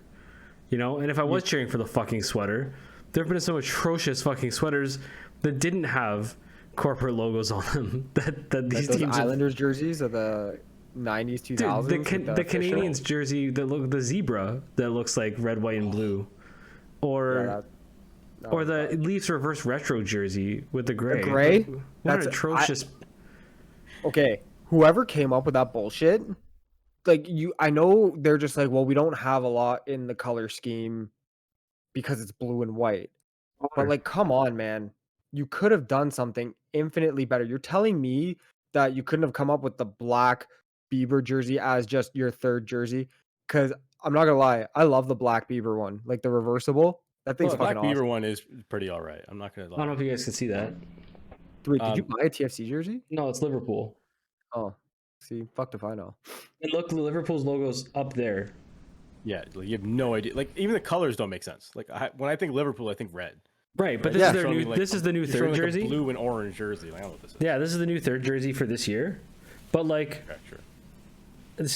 it's standard chartered. I don't even know who the fuck, but I don't care. They have the English Premier League logo on the shoulder. They have Nike on and then they got the Liverpool crest at the top. Nike makes sense though, because they made the jersey. Same with like Yeah. Adidas and the NHL. Like that's fine. I think like it's just weird because I feel like there's way more tradition in hockey with their jerseys than a lot of other sports. Like the other sports, when guys get drafted, they put on the hat. When hockey guys get drafted, they put on the sweater. Baseball, you don't even fucking see it. Like it's in mid game, like, oh, we break to tell you that the Jays in the 39th round have drafted whatever. I get But that. you know what I mean? There's But, there's the moment, and I get where you're coming from, but where the sponsors are getting massive boners is like playoff game, overtime, Austin Matthews scores, raises his hands, and sponsors right there. Yeah. That's the shot they want. Right. And you know what? To be fair, with MLS overtaking the NHL as the 4th most popular sport in the U.S., they have to. It's a question of whether you want the game to survive. The game will not survive absolutely. as it They need stands. the money, especially the COVID years. Right? They need it, and we just weren't alive for the iterations of sweater. Like they used to be sweaters. They used to be real sweaters, and now they're like not cotton real sweater, like wool knit sweaters. Right? They used to instead of a puck, they played with frozen dog shit or cow shit as pucks. They don't They used do to that play with a anymore, rock. right? Like goalies didn't wear masks. Like fuck, man. So I think listen. I'm with you. I understand. Like there's the tradition and the purity of not having it. All things like that eventually, especially in sports, as it becomes a business, even further away from anything into a business, as if it's not already there. I just think you can't be surprised by it, and it's You know what? do junior teams have? I think junior teams have sponsors, do they not? I'm not sure. I think they've have had them on for the a few jersey. years. Maybe I know the AHL has done it because the AHL does as the test run for all the leagues. Right. But Maybe that's what I'm confusing it with. I'm okay with it as long as it doesn't turn into Spangler Cup type looking jerseys. Like if it's a small thing on the bottom hem, one little small thing on the shoulder, I'm cool. But if you start decking it out, like both shoulders have a sponsor, and then like the back of the jersey at the bottom is hemmed with another spot, like that's when I'll start getting annoyed. But if this is what brings even slightly more revenue to the league, which not only lets them survive but even thrive a little bit, I'm cool with it. Like whatever. I'm just looking up some Ontario Hockey League jerseys, and it looks like on the right pectoral is CCM, and the left pectoral is the name of the league that they play for. In this case, OHL. So, okay, maybe that's why I'm the confused. placement, it has patches there, so maybe that's what you're thinking. But I could also be looking at older images, so I don't know. So I don't think so, but I wouldn't doubt it. But yeah. speaking of breaking tradition, Major League Baseball has announced a couple of new rules that will be going into play next season, I believe. The first one is going to be around the pitch clock. Now, I'm not even looking at the article anymore, but I believe I could pull it up, but I'm pretty sure it's 15 seconds if there's no one on base and 20 seconds if there is someone on base. Yep. And they cited that they were using this in minor league baseball, and it had saved like the average time of a game down 30 minutes or something. So, And did you see the other stat that they pulled? 360 pitchers were north of 23 seconds, even that's without crazy. runners on base. Yeah. And I'm just like, why? So do Fuck the off. math on that, right? Like if you trim off 5 seconds of every pitch and a pitcher throws 100 pitches, 500 seconds that you're saving. Who's that motherfucker that does the shimmy and the extra step? And we were I think we were talking about this one day. What, Marcus Stroman? No, fuck Stroman. But he does do that though, right? I know, but I think, is he Milwaukee or I don't know. He's got like the dreads. Johnny Cueto used to do it, but like, there's the other guy. The Jays just played him like a month and a half ago, and I'm like, great, we're gonna be here for 4 fucking hours because this guy takes all of 55 seconds to make a pitch. But there's one like, guy is that the guy that literally looks like he's doing a 4-step process to? Yeah. But yeah, like I'm pitch clock. I'm all for, because honestly, baseball is getting ridiculous. Yeah, I'm with you. Length of the game. Anything to make this game go faster, I am all for. The other minor one is actually, I just think other minor one. The only minor one is the larger bases, which I assume is more for player safety, where you're gonna have less collisions at bases because guys have more real estate to step on a bag or slide into a bag. So 4.5 inches. Yeah, so the extra inches that they're adding to the bags, I think that makes perfect sense, and keeping guys safe, keeping your star players on the field. It also increases stealing opportunities. I think they said in the minor leagues when they introduced this, 26% more steal ops. So, I mean, that's also again, like you said, safety, but I'm sure they were thinking excitement, Sure. stealing bases, guys second to third, and that there baseball, it's kind of almost it's common, but not really. But is there top five exciting moments in baseball when a catcher can gun a guy when he's trying to steal second, makes that perfect throw down and gets him? Like, I just think it's so cool. So to potentially see that more, although it seems like guys will be safe more, but whatever, 26% more.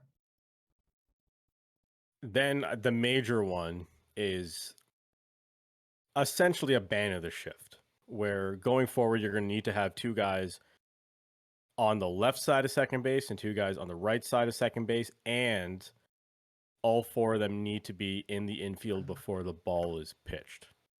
Yeah, so they have to be on the dirt. So you're going to have to be on the dirt or whatever the stadium is configured. I think every stadium now has a dirt infield, but unless Tampa doesn't, I'm not sure. I think they do. But yes, they have to be within the lines of the infield. Now, I guess you could technically run back there as soon as the pitch is made, but that seems like you're putting yourself out of position. So I don't think we'll see a lot of that. But yeah, that's going to eliminate the 4-man outfield. That's going to eliminate the stacking 3 guys on one side when you have a lefty at the plate. It's with that. This is where the shift, I was like, really, does it really make a difference? These guys are professional hitters. They want to go opposite side of the shift. With that wide open gap, they can. Obviously, it's really hard to do. It's really hard. But they can. So in 2015 to 2017, Joey Votto was shifted 19% of the time.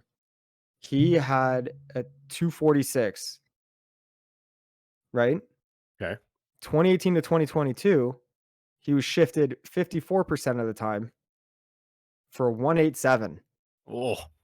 Mookie Betts, 2015, 1% shift, 325. 2022, 61% shift, 213. Wow. That's huge. That's a significant difference. That's a month of batting. That's the difference of being a borderline Hall of Fame player and being a borderline major league player. Yeah. That's Mendoza line. Yeah. Like, it's insane. I didn't think the shift was that effective. Well, the Jays it's going to hurt the Jays the most. The Jays are the most situationally sound defensive team in the MLB. I heard this on a radio show that breaking it down, runs saved due to position, like the Jays are tops in the league in terms of, like, I don't know how they track it, but it's like reduced, like most efficient outs or something. Like before, pre-July, it was around the beginning of July. It was on the radio show. They were saying that the Jays have like one of the best positionally sound defensive teams, which is weird to think for the Jays, but it's because they employ the shift so fucking much. Like guys don't move. But they also have guys like Espinal and Biggio and Chapman, and most importantly Chapman, who are very good defensive players, and they have that utility where they can be played all over the field. So yeah, it will be interesting next year to see how teams adapt, because it's not out and out banned, right? Like you can still move guys around the infield. There has to be 2 on either side, right? So you can still see a shift in a sort, right? Like you can still have your shortstop be like right behind second base, and then have your third baseman play shortstop, right? Like you still have a significant gap between where third base is and where your next closest infielder is. But it just won't be as dramatic as it currently is. Well, like you're saving guys like Votto and Betts probably 50 points. And a lot of these guys are going to make a lot more money because of this. Well, all of a sudden your batting average goes up 50 points. That's pretty good for you. Well, yeah, think of how many guys had in contract negotiations were like, well, you're batting this. He's like, yeah, but if you look at how many times I've been shifted, you take that into account. I'm really batting like a 285, not the 225 you're saying I am. You say guys are going to get paid more, but there could also be a new league average established, right? Like everything could just move proportionately up, which is good for, I guess, the overall offense. I don't know that. I remember them talking at the start of the season saying that batting was down. I feel like I feel like we've seen a lot of high scoring games. Like, I wonder what the run average is so far this year. Sure, we could look that up, but I'm not gonna. No, that's fine. Like, I'm just curious. Like, I wonder if offense is actually a problem. Like, I think speed of the game is more the problem. The shift doesn't attack the speed of the game. Like, pitch comms is a great addition. Like, I think it's a weird addition, like that they're communicating over like radio. But it makes sense. I think mainly because of what happened with the Astros, where stealing signs now is impossible, right? Yeah, no, for sure. I just think it's just an odd thing. Like when we talk about technology in baseball, like signs are just as pure as anything, right? Like that's so if no one shook an eye at pitch comms, like I don't want to hear about a fucking pitch clock. Like it'll be fine. I still remember when I was playing Little League, my coach would always like put his hand on top of his hat and like sweep off the brim, and that was a steal. Did you for whatever steal a reason, lot? I did. I was a horrible hitter when I was a kid, so I would just not swing and I get walked. Then I would steal second. I would steal second and steal third. Wait, so what? Like, are all signs gone, even from base coaches? No, I don't think so. I'm sure they're still doing that thing. But I just mean signs in general. Like that. I Yeah. remember those so clearly. Like they probably have some kind of combination where if I start touching the brim, that dictates what the next motions are. Take the fourth out of the motion as the sign to what you're gonna do. Yeah. It's probably shit like that. Oh yeah, it's super elaborate. Yeah. The third base coaches, but I mean, when I was playing Little League, it was not very elaborate at all.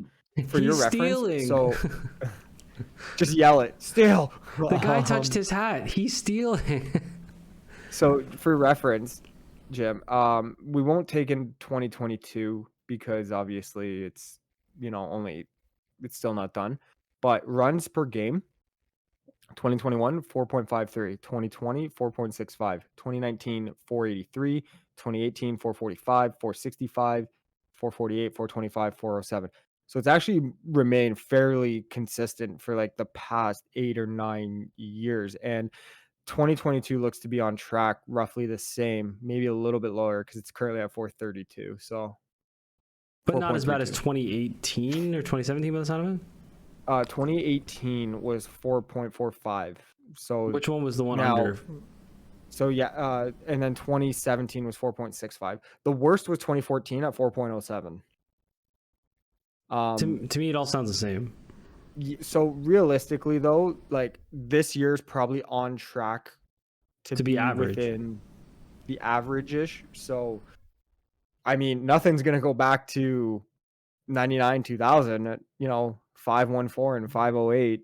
So, All right, before we get to our top 5 this week, let's do a quick All Elite Wrestling update. So last week on the show, we were talking about the situation with CM Punk and how he went to the media scrum and he said how he felt, and it was heavy criticism to his executive vice presidents of the company, as well as some of their friends and some of his former friends. Shortly after that, there was a altercation that happened in the locker room, and I think as of recording last week, we knew there was an altercation. We knew that there was punches thrown. We knew that there was a chair thrown in someone's face. And someone There got bit. was someone biting someone. Like, these are all the details that we had heard. So now what has happened since then, everyone involved has been suspended. And by everyone involved, I mean the Young Bucks, Kenny Omega, Christopher Daniels was there. He got suspended. Michael Nakazawa got suspended. I think Brandon Cutler got suspended as well. Ace Steel, CM Punk. I may be forgetting one other person. The But dog. pretty much anyone who's in the room, them and their mother got suspended. And I imagine that was just so they can just tell everyone, look, go home. We're going to have an investigation of what happened here. And when we reach the conclusion of our investigation, that's when we will, hand out further suspension or further punishment if necessary, or bring you back if we feel there's absolutely no reason to have you sitting at home. But they happened to have a television show on Wednesday as well, which they then vacated the 6-man titles and they vacated the world title as well. And now there's a tournament to crown a new world champion. They've already crowned a new 6-man champion, but who gives a shit about 6-man titles? They're just made up belts for, the elite to wear. And I'm sure they'll get them back once they're back. But here's the thing. Here's what I saw on Twitter, James, and this is what I always thought was hilarious. There's so many people on Twitter, wrestling fans, who are like legitimately upset with how AEW does the interim championships. So when Punk got hurt the first time, they didn't strip him of the title. They just said, Punk is the world champion. We're going to have a tournament to crown, or whatever it was, or a match to crown an interim champion. It was that match, yeah. And then when he comes back, which Jon Moxley won, and then they'll have a match to unify later. And they did the same thing with the women's title when Thunder Rosa is allegedly hurt. And Tony Storm, yeah. Said, Tony Storm is now the interim champion, and when Thunder Rosa is back, UFC, same as UFC. That's my point. Like, there's so many people who are mad of like, oh, this interim thing is so stupid. AEW's dumb. There is a generation of people, and I understand, but at the same time, you have to understand history. There's a generation of people that grew up watching only Vince McMahon's wrestling, and they don't know anything else about wrestling other than Vince McMahon or his vision of it, right? They didn't know wrestling existed before Vince McMahon, and wrestling now exists after Vince McMahon. We are no longer in the era of Vince McMahon. Vince did things his way because it made sense in his mind. But if you look at boxing, if you look at UFC, every combat sport in the history of combat sports has utilized an interim champion. So, and I don't know if you remember this. There was a Smash event at the E-Zone, and I want to say it was like around, May or June or whatever. It's probably May. And it was a Sunday afternoon show, which it always was Sunday afternoon because whatever. The show went to intermission. Gotta have the pay-per-view, bud, to sell the tickets. Right. Gotta have that after party. Make sure people come out. It was a Sunday afternoon. The show went to intermission, and during intermission, the Raptors happened to go to overtime. Oh, I remember this. Yes. And there was a real discussion. I think it was between me, you, and Seb, where it was like, when do we restart the second half of the show? Because the Raptors in intermission. The Raptors are in the playoffs right now. People were leaving to the restaurant. Like, people were wanting to watch what happened there. So we were thinking about it, like, how many wrestling fans are sports fans? That's the real question that I'm posing to you right now, based on this whole AEW thing. I don't think it's a lot. Like, I'd say you're probably capped at 70%. That's being generous. Man, I think 70's high. No, that's what I mean. You're being generous. Like, I think, like, if you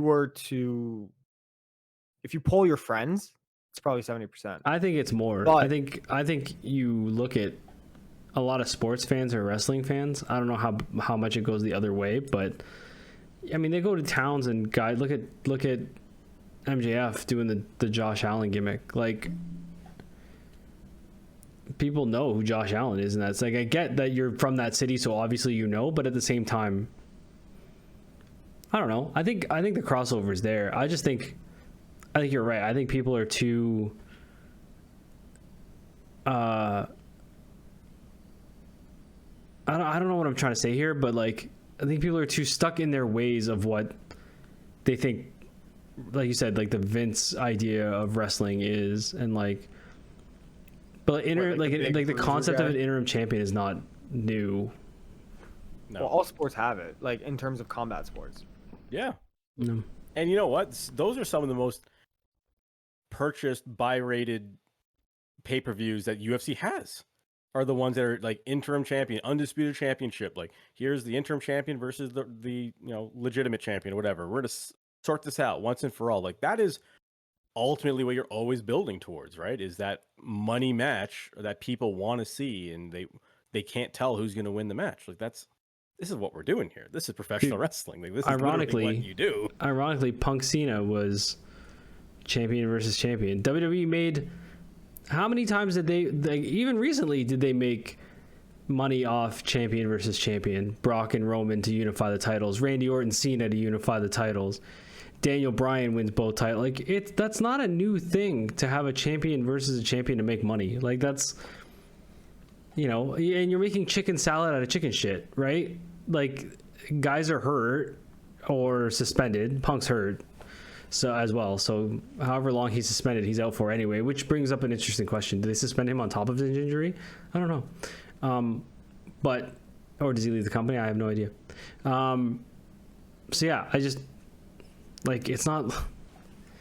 I don't know. There's some. I don't want to shit on wrestling fans for an entire segment, but like there's like one. They're so blinders on, right? Like there's no big picture. There's no understanding of business. And we were talking about this with Gibby on the golf course, and that's that.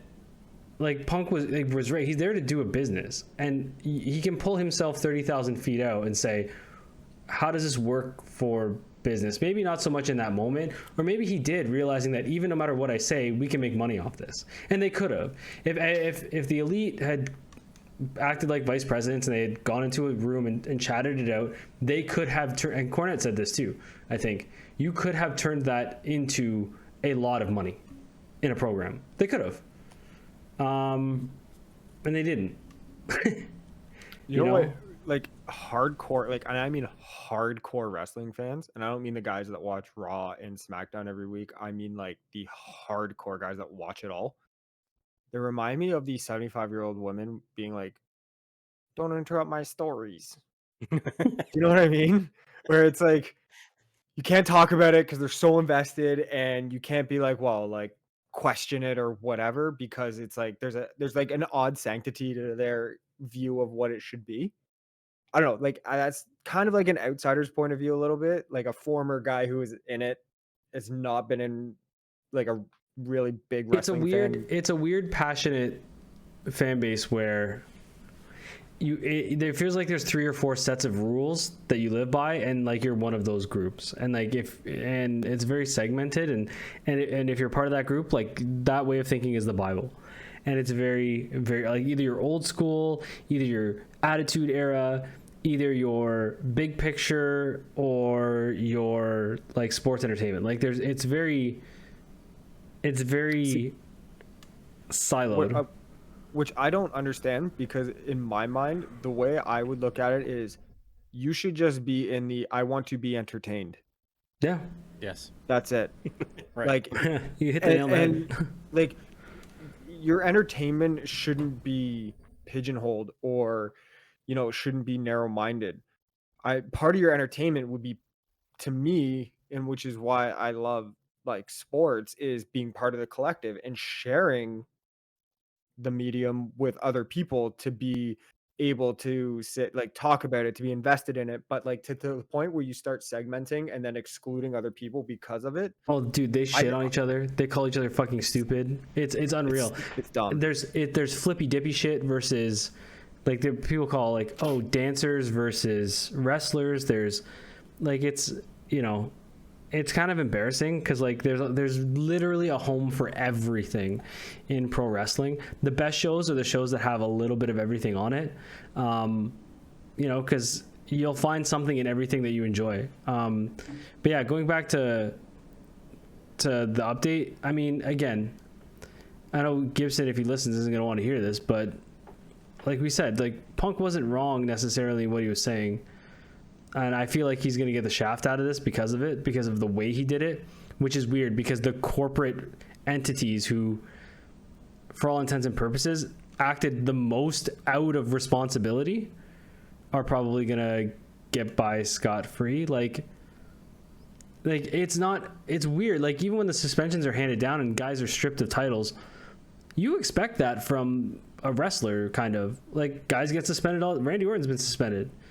Like, people have been suspended. Like, it happens. When was the last time you heard of, like, corporate representatives being suspended? Not Vince McMahon or John Laurinaitis. Like, when, like, before that, like, when was the last time that happened?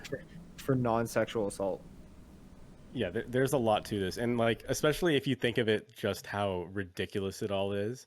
Like, this is a show about guys fighting, but a real fight broke out, and we're not going to make money off it, and we're going to like suspend guys for getting in a fight. Well, You know, like, they got in a fight backstage, but like every other segment on this television show is someone getting jumped backstage. It's just very weird, right? it's just- ironic. yeah, you know. Yeah. And for a Well, company like- that likes to blur the line, nobody's smart enough to take a step back and be like, okay, let's fucking sort this out and now use this. Yes. But ultimately, at the end of the day, who pays is the fans. Like specifically, like obviously our own backyard, the Toronto shows. I have a friend he was on 10 a.m. He had the Thursday early code. He That's was a like good clicking point. refresh, and he was just like, now he's worried he's not going to see a lot of the guys he wants to see, right? Like part of the whole thing is Kenny Omega, right? He was, I wanted to go, I wanted to see, get the shirt, have that whole experience. And I'm he's sure like, he'll still get the shirt, but well, that's what I said. Like, you still get the shirt. He's like, yeah, but he's like, I'm gonna get a Kenny Omega shirt and wear it, knowing he's not gonna fucking be there, right? that's a good point it's though. like Like to see I it think that's a regardless, point that's not raised enough is how they fucked over the fans. Yeah, You know, and to me, like as a business, it's not just about making the money because ultimately you get into business to make money, but it's the fan retention yeah. because and the honoring the loyalty, saying, look, you're gonna invest your money into us. So we're going to invest into you via entertainment and putting on the best product, and they're not doing that. You know, for a guy who's not in the fandom of the business anymore, you certainly sound like you know what you're talking about. Well, that's just sports fandom in general. Well, that's just because we're all nerds, right? Like, Yeah. whether we're a wrestling nerd or a sports nerd, or in this case, we're video game nerds too. So our top 5 this week is our favorite video games of all time. Not video game series, but just video game in general. So we have about 14 minutes left to do this. So we may be going long again, boys. I don't know what to tell you. No, we'll tear through this one. Who wants to go first? I'll go first. Because this one's right in my wheelhouse. Okay, my number 5 changed gaming, I think, a lot for its time. And I still think it holds up unbelievably well, especially if you get the legendary pack to play it again. Mass Effect 2. Very few games are as complete as that one. And that's like obviously excluding I like other games more for other reasons, but in terms of a complete package and a complete investment of me, Mass Effect is one of the few that has ever done it. The Mass Effect remaster collection, that's like 1 to 3, I think, is on Game Pass, and I've had it downloaded, and I've never even Is it really? started Does- it. It's Yes, on Game it Pass? is. Yo, I'll tell you this right now. If you have free time and be like, you know what, I want to start a saga, it ends really clumsily, but 2 is peak storytelling, action, gaming, everything. Sounds just like Star Wars. Yeah, I've been meaning to give it a shot. It's fantastic. James? Alright. Who's next? I'll go. My number 5 is No Mercy. Oh, Yo, good pull. I didn't even think of that. the cause, buddy. Dude. Do you remember the cause? Dude, staying up late, creator wrestlers, downloading the stats on paper and printing them off and sitting Yeah. in front of your TV. And dude, creating your own league and then doing CPU versus CPU battles and just howling at what the CPU would do and creating your own stuff. Like, it was just like, aside from the SmackDown Mall and the buying coming out of WrestleMania 2000 and even Revenge, like, it had just perfected. The only thing it didn't do well was the entrances because they were cut off halfway through and I couldn't understand why. But the absolute fun we would have, just CPU versus CPU in our own created leagues with created guys, like, hilarious. Like, No Mercy Remember is that just brown so L good. couch that took up your entire room, and we used to like. There's 6 of us that used to sit on that thing, and just creating grass. It's like 3 a.m. Yeah. Mom yelling at us to shut up. Yeah, so good. So similar answer that I have for my number 5, and similar I mean like a very iconic couch co-op game. And this is a bit later in the world of video games. This was the Xbox 360 era, and of course I'm talking about Portal 2, Nice. Oh, where I think Sneaky Portal is good one of the pick. most Portal I think is one of the most brilliantly designed games in how you have to think about From things up in a here. completely different way. Yeah, from up here. Right. Yeah, And then, especially with Portal 2, where it's co-op too, where you Yeah. have now instead of dealing with 2 portals, you're thinking in 4 portals, and it just totally changes the game entirely. it was Yeah. beautiful in its simplicity, but perfect in its complexity. Yeah, Yes, and the the concept of having somebody in your ear the entire time is just like, for the Portal in general, is just such a cool. Oh, like the mystery with GLaDOS and like Yeah. the getting, yeah, like Yeah, that it's was such a it was cool- it was eerie, but like fitting. Yeah. Do you know what I mean? And it didn't feel like a gimmick. So Yeah. no, That that's a reminds good one. me, yeah, constantly in your ear. That reminds me of another game that we may see on this list. It's not in mine, but I think it may be on one of Okay. yours. But All right, my number 5. I'm harkening back. It's one of the ones. It's SNES era, and oh boy, everyone will know. Like my bread and butter for video games is RPGs. Like that will always be my favorites. Um, my number 5 is Chrono Trigger.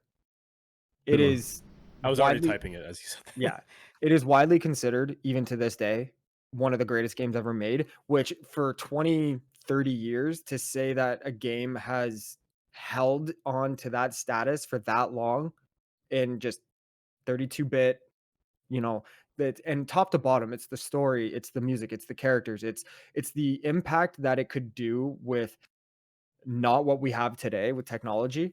If they ever remade that game, I think gaming culture would break.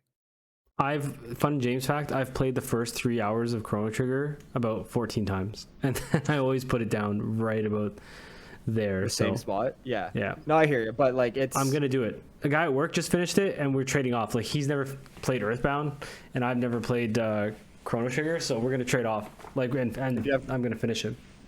The crazy thing about Chrono Trigger is it's got 12 different endings.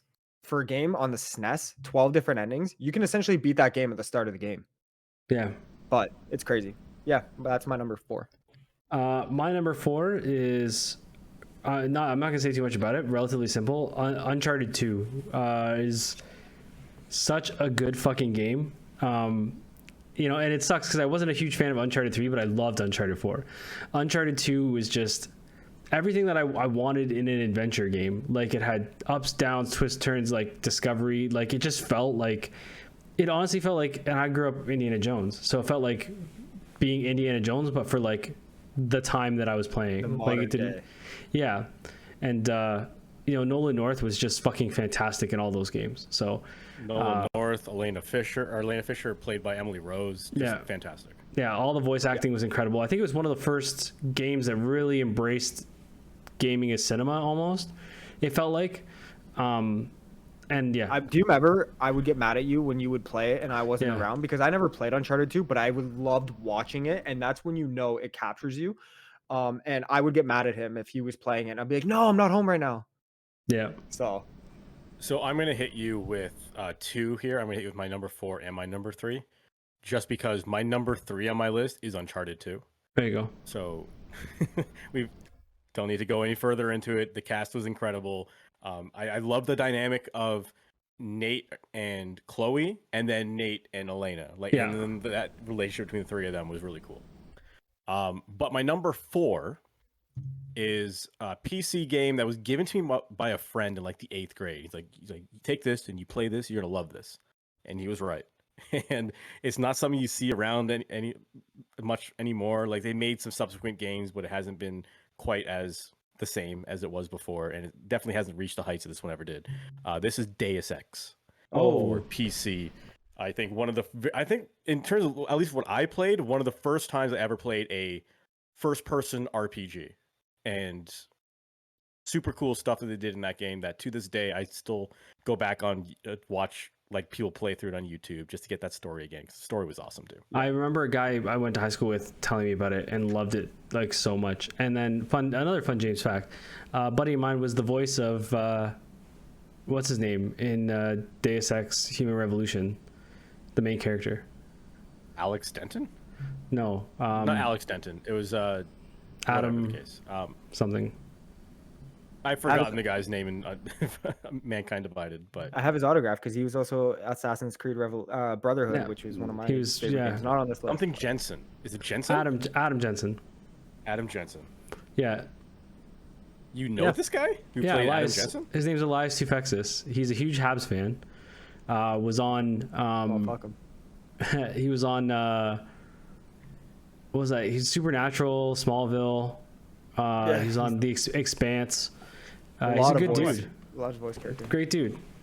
I never asked for this. He's He's in Gotham Knights. He's gonna play the Penguin. Yeah. Oh, very cool. He's a really cool cat. He moved to LA. He's from Montreal, lived in Toronto. Really cool cat. I don't know if he listens, but shout out to Elias. He's a good dude. Haven't talked to him in a while. Huge wrestling fan. Yeah. Cool. Maddie, you're up. All right, So- Maddie, you're number 3. Okay, so my number 3, and I feel like you could probably pick any game from this series, and someone will have it in the top 3 of their list. But for me, it was not so much the first one, but the subsequent sequel, Zelda Majora's Mask. Ooh. For me, Ocarina of Time is still like peak gaming, but that was Jim's game. He played it. I kind of watched it. I did various playthroughs or like to a degree at the end, but Majora's Mask was like mine. I got that game, 1 year for birthday. I did the playthrough myself and I've done it a bunch of times. And the vibe, that eerie vibe of the countdown and the weird kind of Very dark. just like creepy things that like characters would say or do or things that would happen is just I thought it was awesome. After watching Game Theory, where it's like Link is actually dead in Majora's Mask, And- like freaks, like the playthrough is all different now. It freaks me out. Yeah. And then there's that that urban myth of that haunted copy of Majora's Mask. Have you not heard of this? No, I've heard it. It's Can't, nuts. can't get into it now, but I'll send you guys the article, but it's fucking scary. But yeah, that's my number Ironically, 3. my number 3 is Ocarina of Time. As you mentioned it, yeah, it changed the way I viewed. Like, we were Zelda fans playing Link 2 with my dad. I crushed A Link to the Past with my buddy in his basement, like over and over and over on end.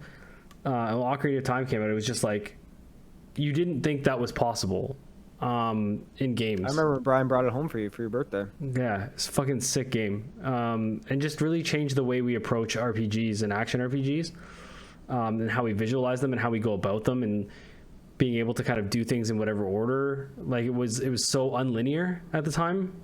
Like it's still like relatively linear compared to the way like a GTA is, but like so for its time. And again, if they ever remade it with like up to date, Unreal 5, yeah, oh fuck.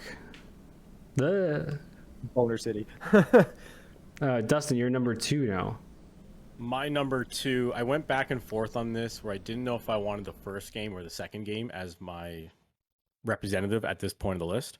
But I went with the second one just because I don't think there's ever been a game where I felt this emotionally attached to characters. I cried multiple times during this game. And this, of course, is The Last of Us Part 2. It is like such a roller coaster from start to finish. I know a lot of people didn't like the pacing of it, but I think when you get to the end, you kind of understand why. And they wanted to tell you a different side of the story. And you needed a lot of time with that other side of the story in order for you to really fully appreciate everything that had happened in that series. So I think it's the better game than 1, and the story is just incredible. So I may have Last to of Us Part finally 2. I may have to finally give Last of Us a chance. I never got into it, so maybe now's Well, the they- time with like the remakes and remasters. Yeah, and they everything, just so. redid Last of Us Part 1 on PS5. It's definitely a good time to jump in. If you want to do a joint playthrough, I'll sit with you through it, because like I don't know that I'd ever play it like by myself and commit to it. So if you want to, Yeah, I'd be down. We also got to do the Sounds Halo. like it sounds like you need to stream this, and we'll do it all together. And I will do commentary over it. Tell like any questions you have, I can fill in some blanks. That'd actually be pretty cool.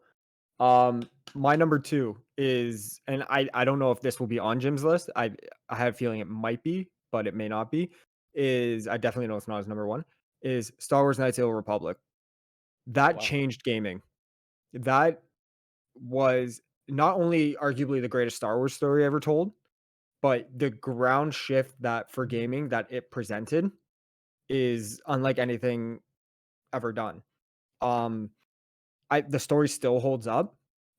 Even some of the gameplay aspects still holds up, but it's still, I think, one of easily the greatest video game or just greatest stories told in medium. And the fact that it's getting remade, and I'm glad that it got transferred to another studio and didn't just die on the floor. I'm very excited, and it gave me, easily my top 2, 3 favorite video game character of all time in Revan. So, as you can see in the Discord, Yeah, like it is a masterpiece. So My number 2 is an RPG by oh, I Squaresoft. know what it is. And it is Super Mario RPG Legend of the Seven Stars. That game, it's so not a Mario game, like in any sort of, like none of the environments are recognizable. Half the characters are brand new.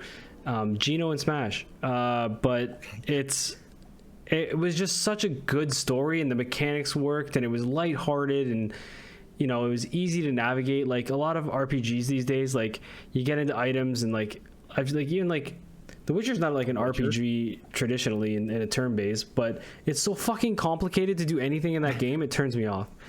But like Mario RPG, it's like there's different items, you upgrade them. There's different things to make you feel better, and that's it. And like the characters are just so likable, from Mallow to Geno to even Bowser. I would fight for Mallow plush. Dude, when Bowser joins your party, like it's so fucking cool, man. Like it's, spoiler alert, Bowser joins your party. And Booster, I think Booster was Cool villain. Cool villain. I almost think that was like a template for Wario. Yeah. Although I don't know. Wario was around, but it's like a way to get Wario in the game without having Wario. Without being in the Wario. game. Like they seem very similar. Yeah, Mario Good RPG, pick. man. Good pick. So now we're on to my number one, and knowing you guys, I now know that what your number ones are. So I will say this, because I didn't want to step on anyone's toes in case it came up in your list, but it's in none of our lists now. I think honorable mentions should go to Grand Theft Auto 5 for just being like the most complete Released package of a video game. released game of all time. Right, like that game has been That's re-released Skyrim. over and over again since 2013. Skyrim's in that conversation too, but I don't think Skyrim reached the masses like Grand Theft Auto 5 did. For what Grand Theft Auto, like Skyrim Dude. is very popular with like video game fans, but like hardcore RPG video game fans. I logged into Grand Auto was, Theft. I logged into Grand Theft Auto yesterday and played half an hour. You know what I mean? Like it's just a very accessible game.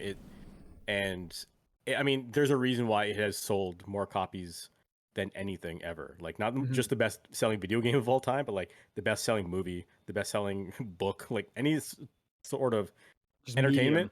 Yeah, Grand Theft Auto 5 is the most successful entertainment property of all time in human life. So I think it deserves honorable mention. For sure. My number one though is one game from my favorite video game series. It is a game that I think completely changed how I view video games, or what I think video games could be, and I think it did that for a lot of people. I think this game changed the industry when it came out. This game is also the favorite video game of one Cody Rhodes. I don't know if that's true or not, but I mean we talked about this game at length. That of course is Metal Gear Solid, the very first one. I mean, when this game came out in like 1997 or 1998 or whatever it was, they were doing full-on cinematics that would last like 20 minutes, like animated cinematics that didn't exist in the PlayStation era before Konami and Hideo Kojima did this. And they almost created an entire genre of game that doesn't exist anymore. Like this stealth action game doesn't really exist in this way. Like there are some games that are stealthy. Ubisoft figures it out and decides to do Splinter Cell again. But I mean, they've been working on that Splinter Cell game for a number of years now, right? And fingers crossed that Splinter Cell game is badass. Like I am rooting for Ubisoft to blow it out of the park, right? Me too. Splinter Cell is awesome. And when Kojima split away from Konami, like that genre is dead now. Like no one makes games like this anymore. Yeah, the idea of like sad. hiding the bodies and stuff, like that was all a new thing. There's no Assassin's Creed without Metal Gear Solid. Yeah. There's no Hitman. Yeah. No, I agree. It's it's not close to my list. I've never really played them, but like I do respect what they mean to gaming culture. So, and it was tough for me to say one is the best because I mean I'm shocked three it's one is because a lot of people say three. like three. One because that's my introduction to it, and that's where I jumped in. And you can make an argument for 1, you can make an argument for 3. Peacemaker. You can even make an argument for 2. A lot of people don't like 2, but I think there's a lot of great things about 2. Dude, 4 Metal is Gear a Solid right mess. Peacemaker usually gets top of the billing.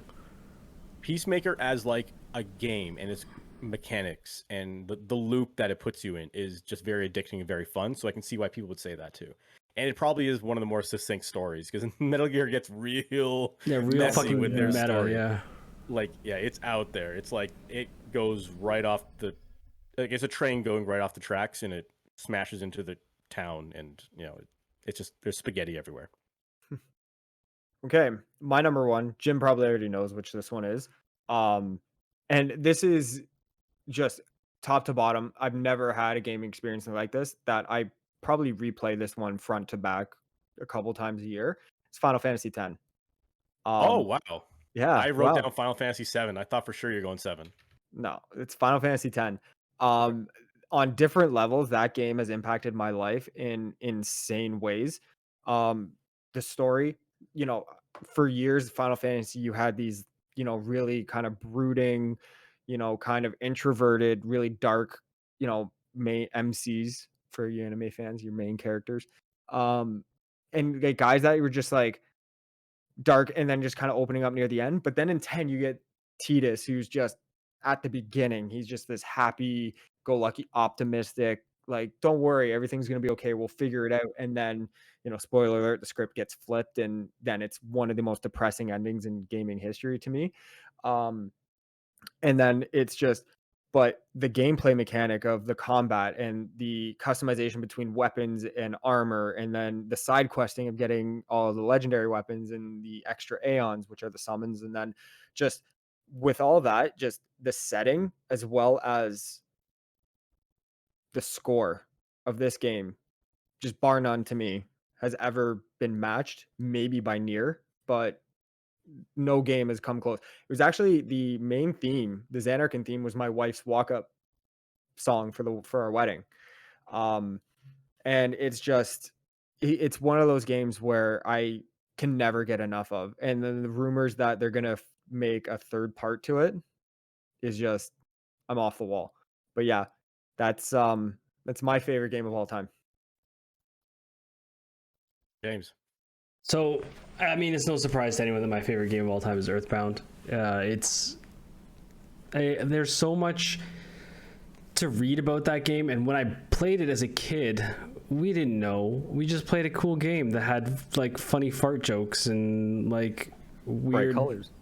Yeah, bright colors and weird looking things, and they had bottle rockets as weapons and Mr. Saturns, and they talked funny, and that was the, you know, but once the game, it's weird, the game grows with you, and it's almost like that was the intent, because as you grow older you start to realize different things about what the creator was trying to make, and you read a lot of interviews with him, and he talks about him basically writing his childhood perception of the world into this game. And you think about 4 kids going on this ridiculous adventure, and it's so kind and it's so charming in such a weird like way. Like the jokes are so tongue-in-cheek and dry and funny. It has a very like, it's just, I don't know, if you ever get the chance to play it, I suggest playing it, taking your time and reading about it, because reading about it is so interesting as much. And even as I play through Mother 3, like the emotional strings that they put you through is incredible. And it's kind of criminal that it didn't get any more iterations and it didn't get an updated, and I mean, listen, fans are making updated versions, or trying to, of this, like that look like up to date, like in Unreal. Like my buddy JP sent me a video of Earthbound Dimensions, I think it's called, where everything's in like smooth 3D modeling, kind of open world. So if these things come out, I'll play them, but I play it about once every other year now. And yeah, I could ramble on it for days, but I have a copy. It's one of my prized possessions. It sits in a glass case. And yeah, it's just, it's like worth a lot of money. I'll tell you the thing, like again, spoiler, the way you win the game in the final boss is by one of the people in your party praying and connecting to all of your experiences that you meet other people along the way. And it's these people and their energy and what they mean to you that helps defeat the final boss. And that's really fucking cool. So yeah, that is my long-winded answer for my favorite game of all time. All right, and since we have already gone significantly long, we have time to do shout-outs, so let's hit the shout-outs.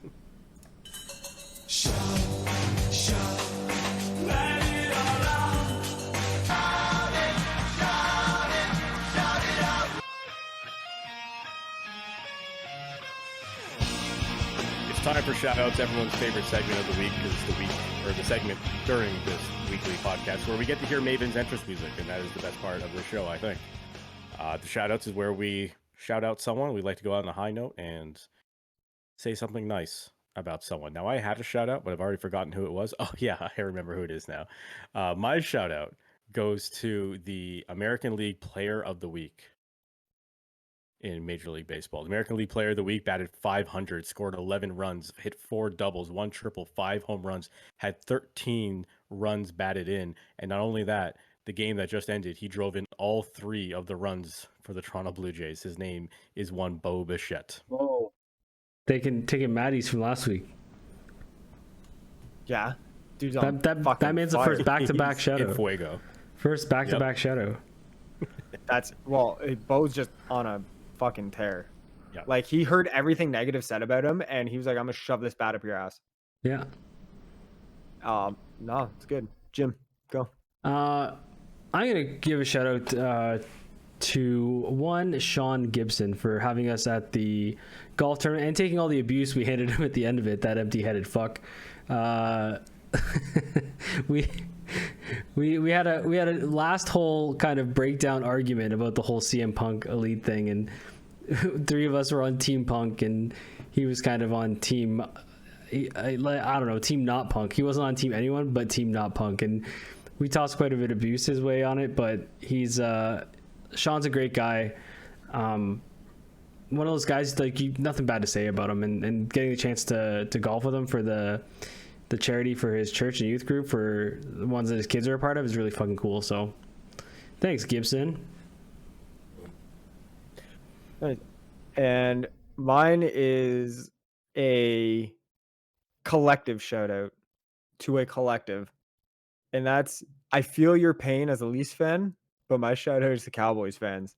I hate you, but I feel you. Because the shit you're going through right now is, I said this to my wife, this would be the equivalent if Austin Matthews goes down with 30 game injury, game 3 of the year. And like, I feel you. I know there's optimism at the start of every year, and then you get heartbroken by something, whether it's a shitty performance in the playoffs or an injury that costs you. So, you know what? Like I said, I may not like you, but I vibe with you. So that's my shout out to Cowboys fans. And we have quite an interesting show next week because Maddie's not here next week. He's going to be on a jet plane going to the other. Yeah, so for the next 2 weeks, Maddie's not going to be here. So next week we have one Paul Anthony DiFrancesca from the Not After 30 podcast joining us as the third chair. So that will be a lot of fun. That's going to be episode 23 of 43.6, the sports podcast you always wanted. Thank you for joining us for episode 22, which is brought to you by Now Your Treasures. We will see you next week for episode 23. See you in 3 weeks.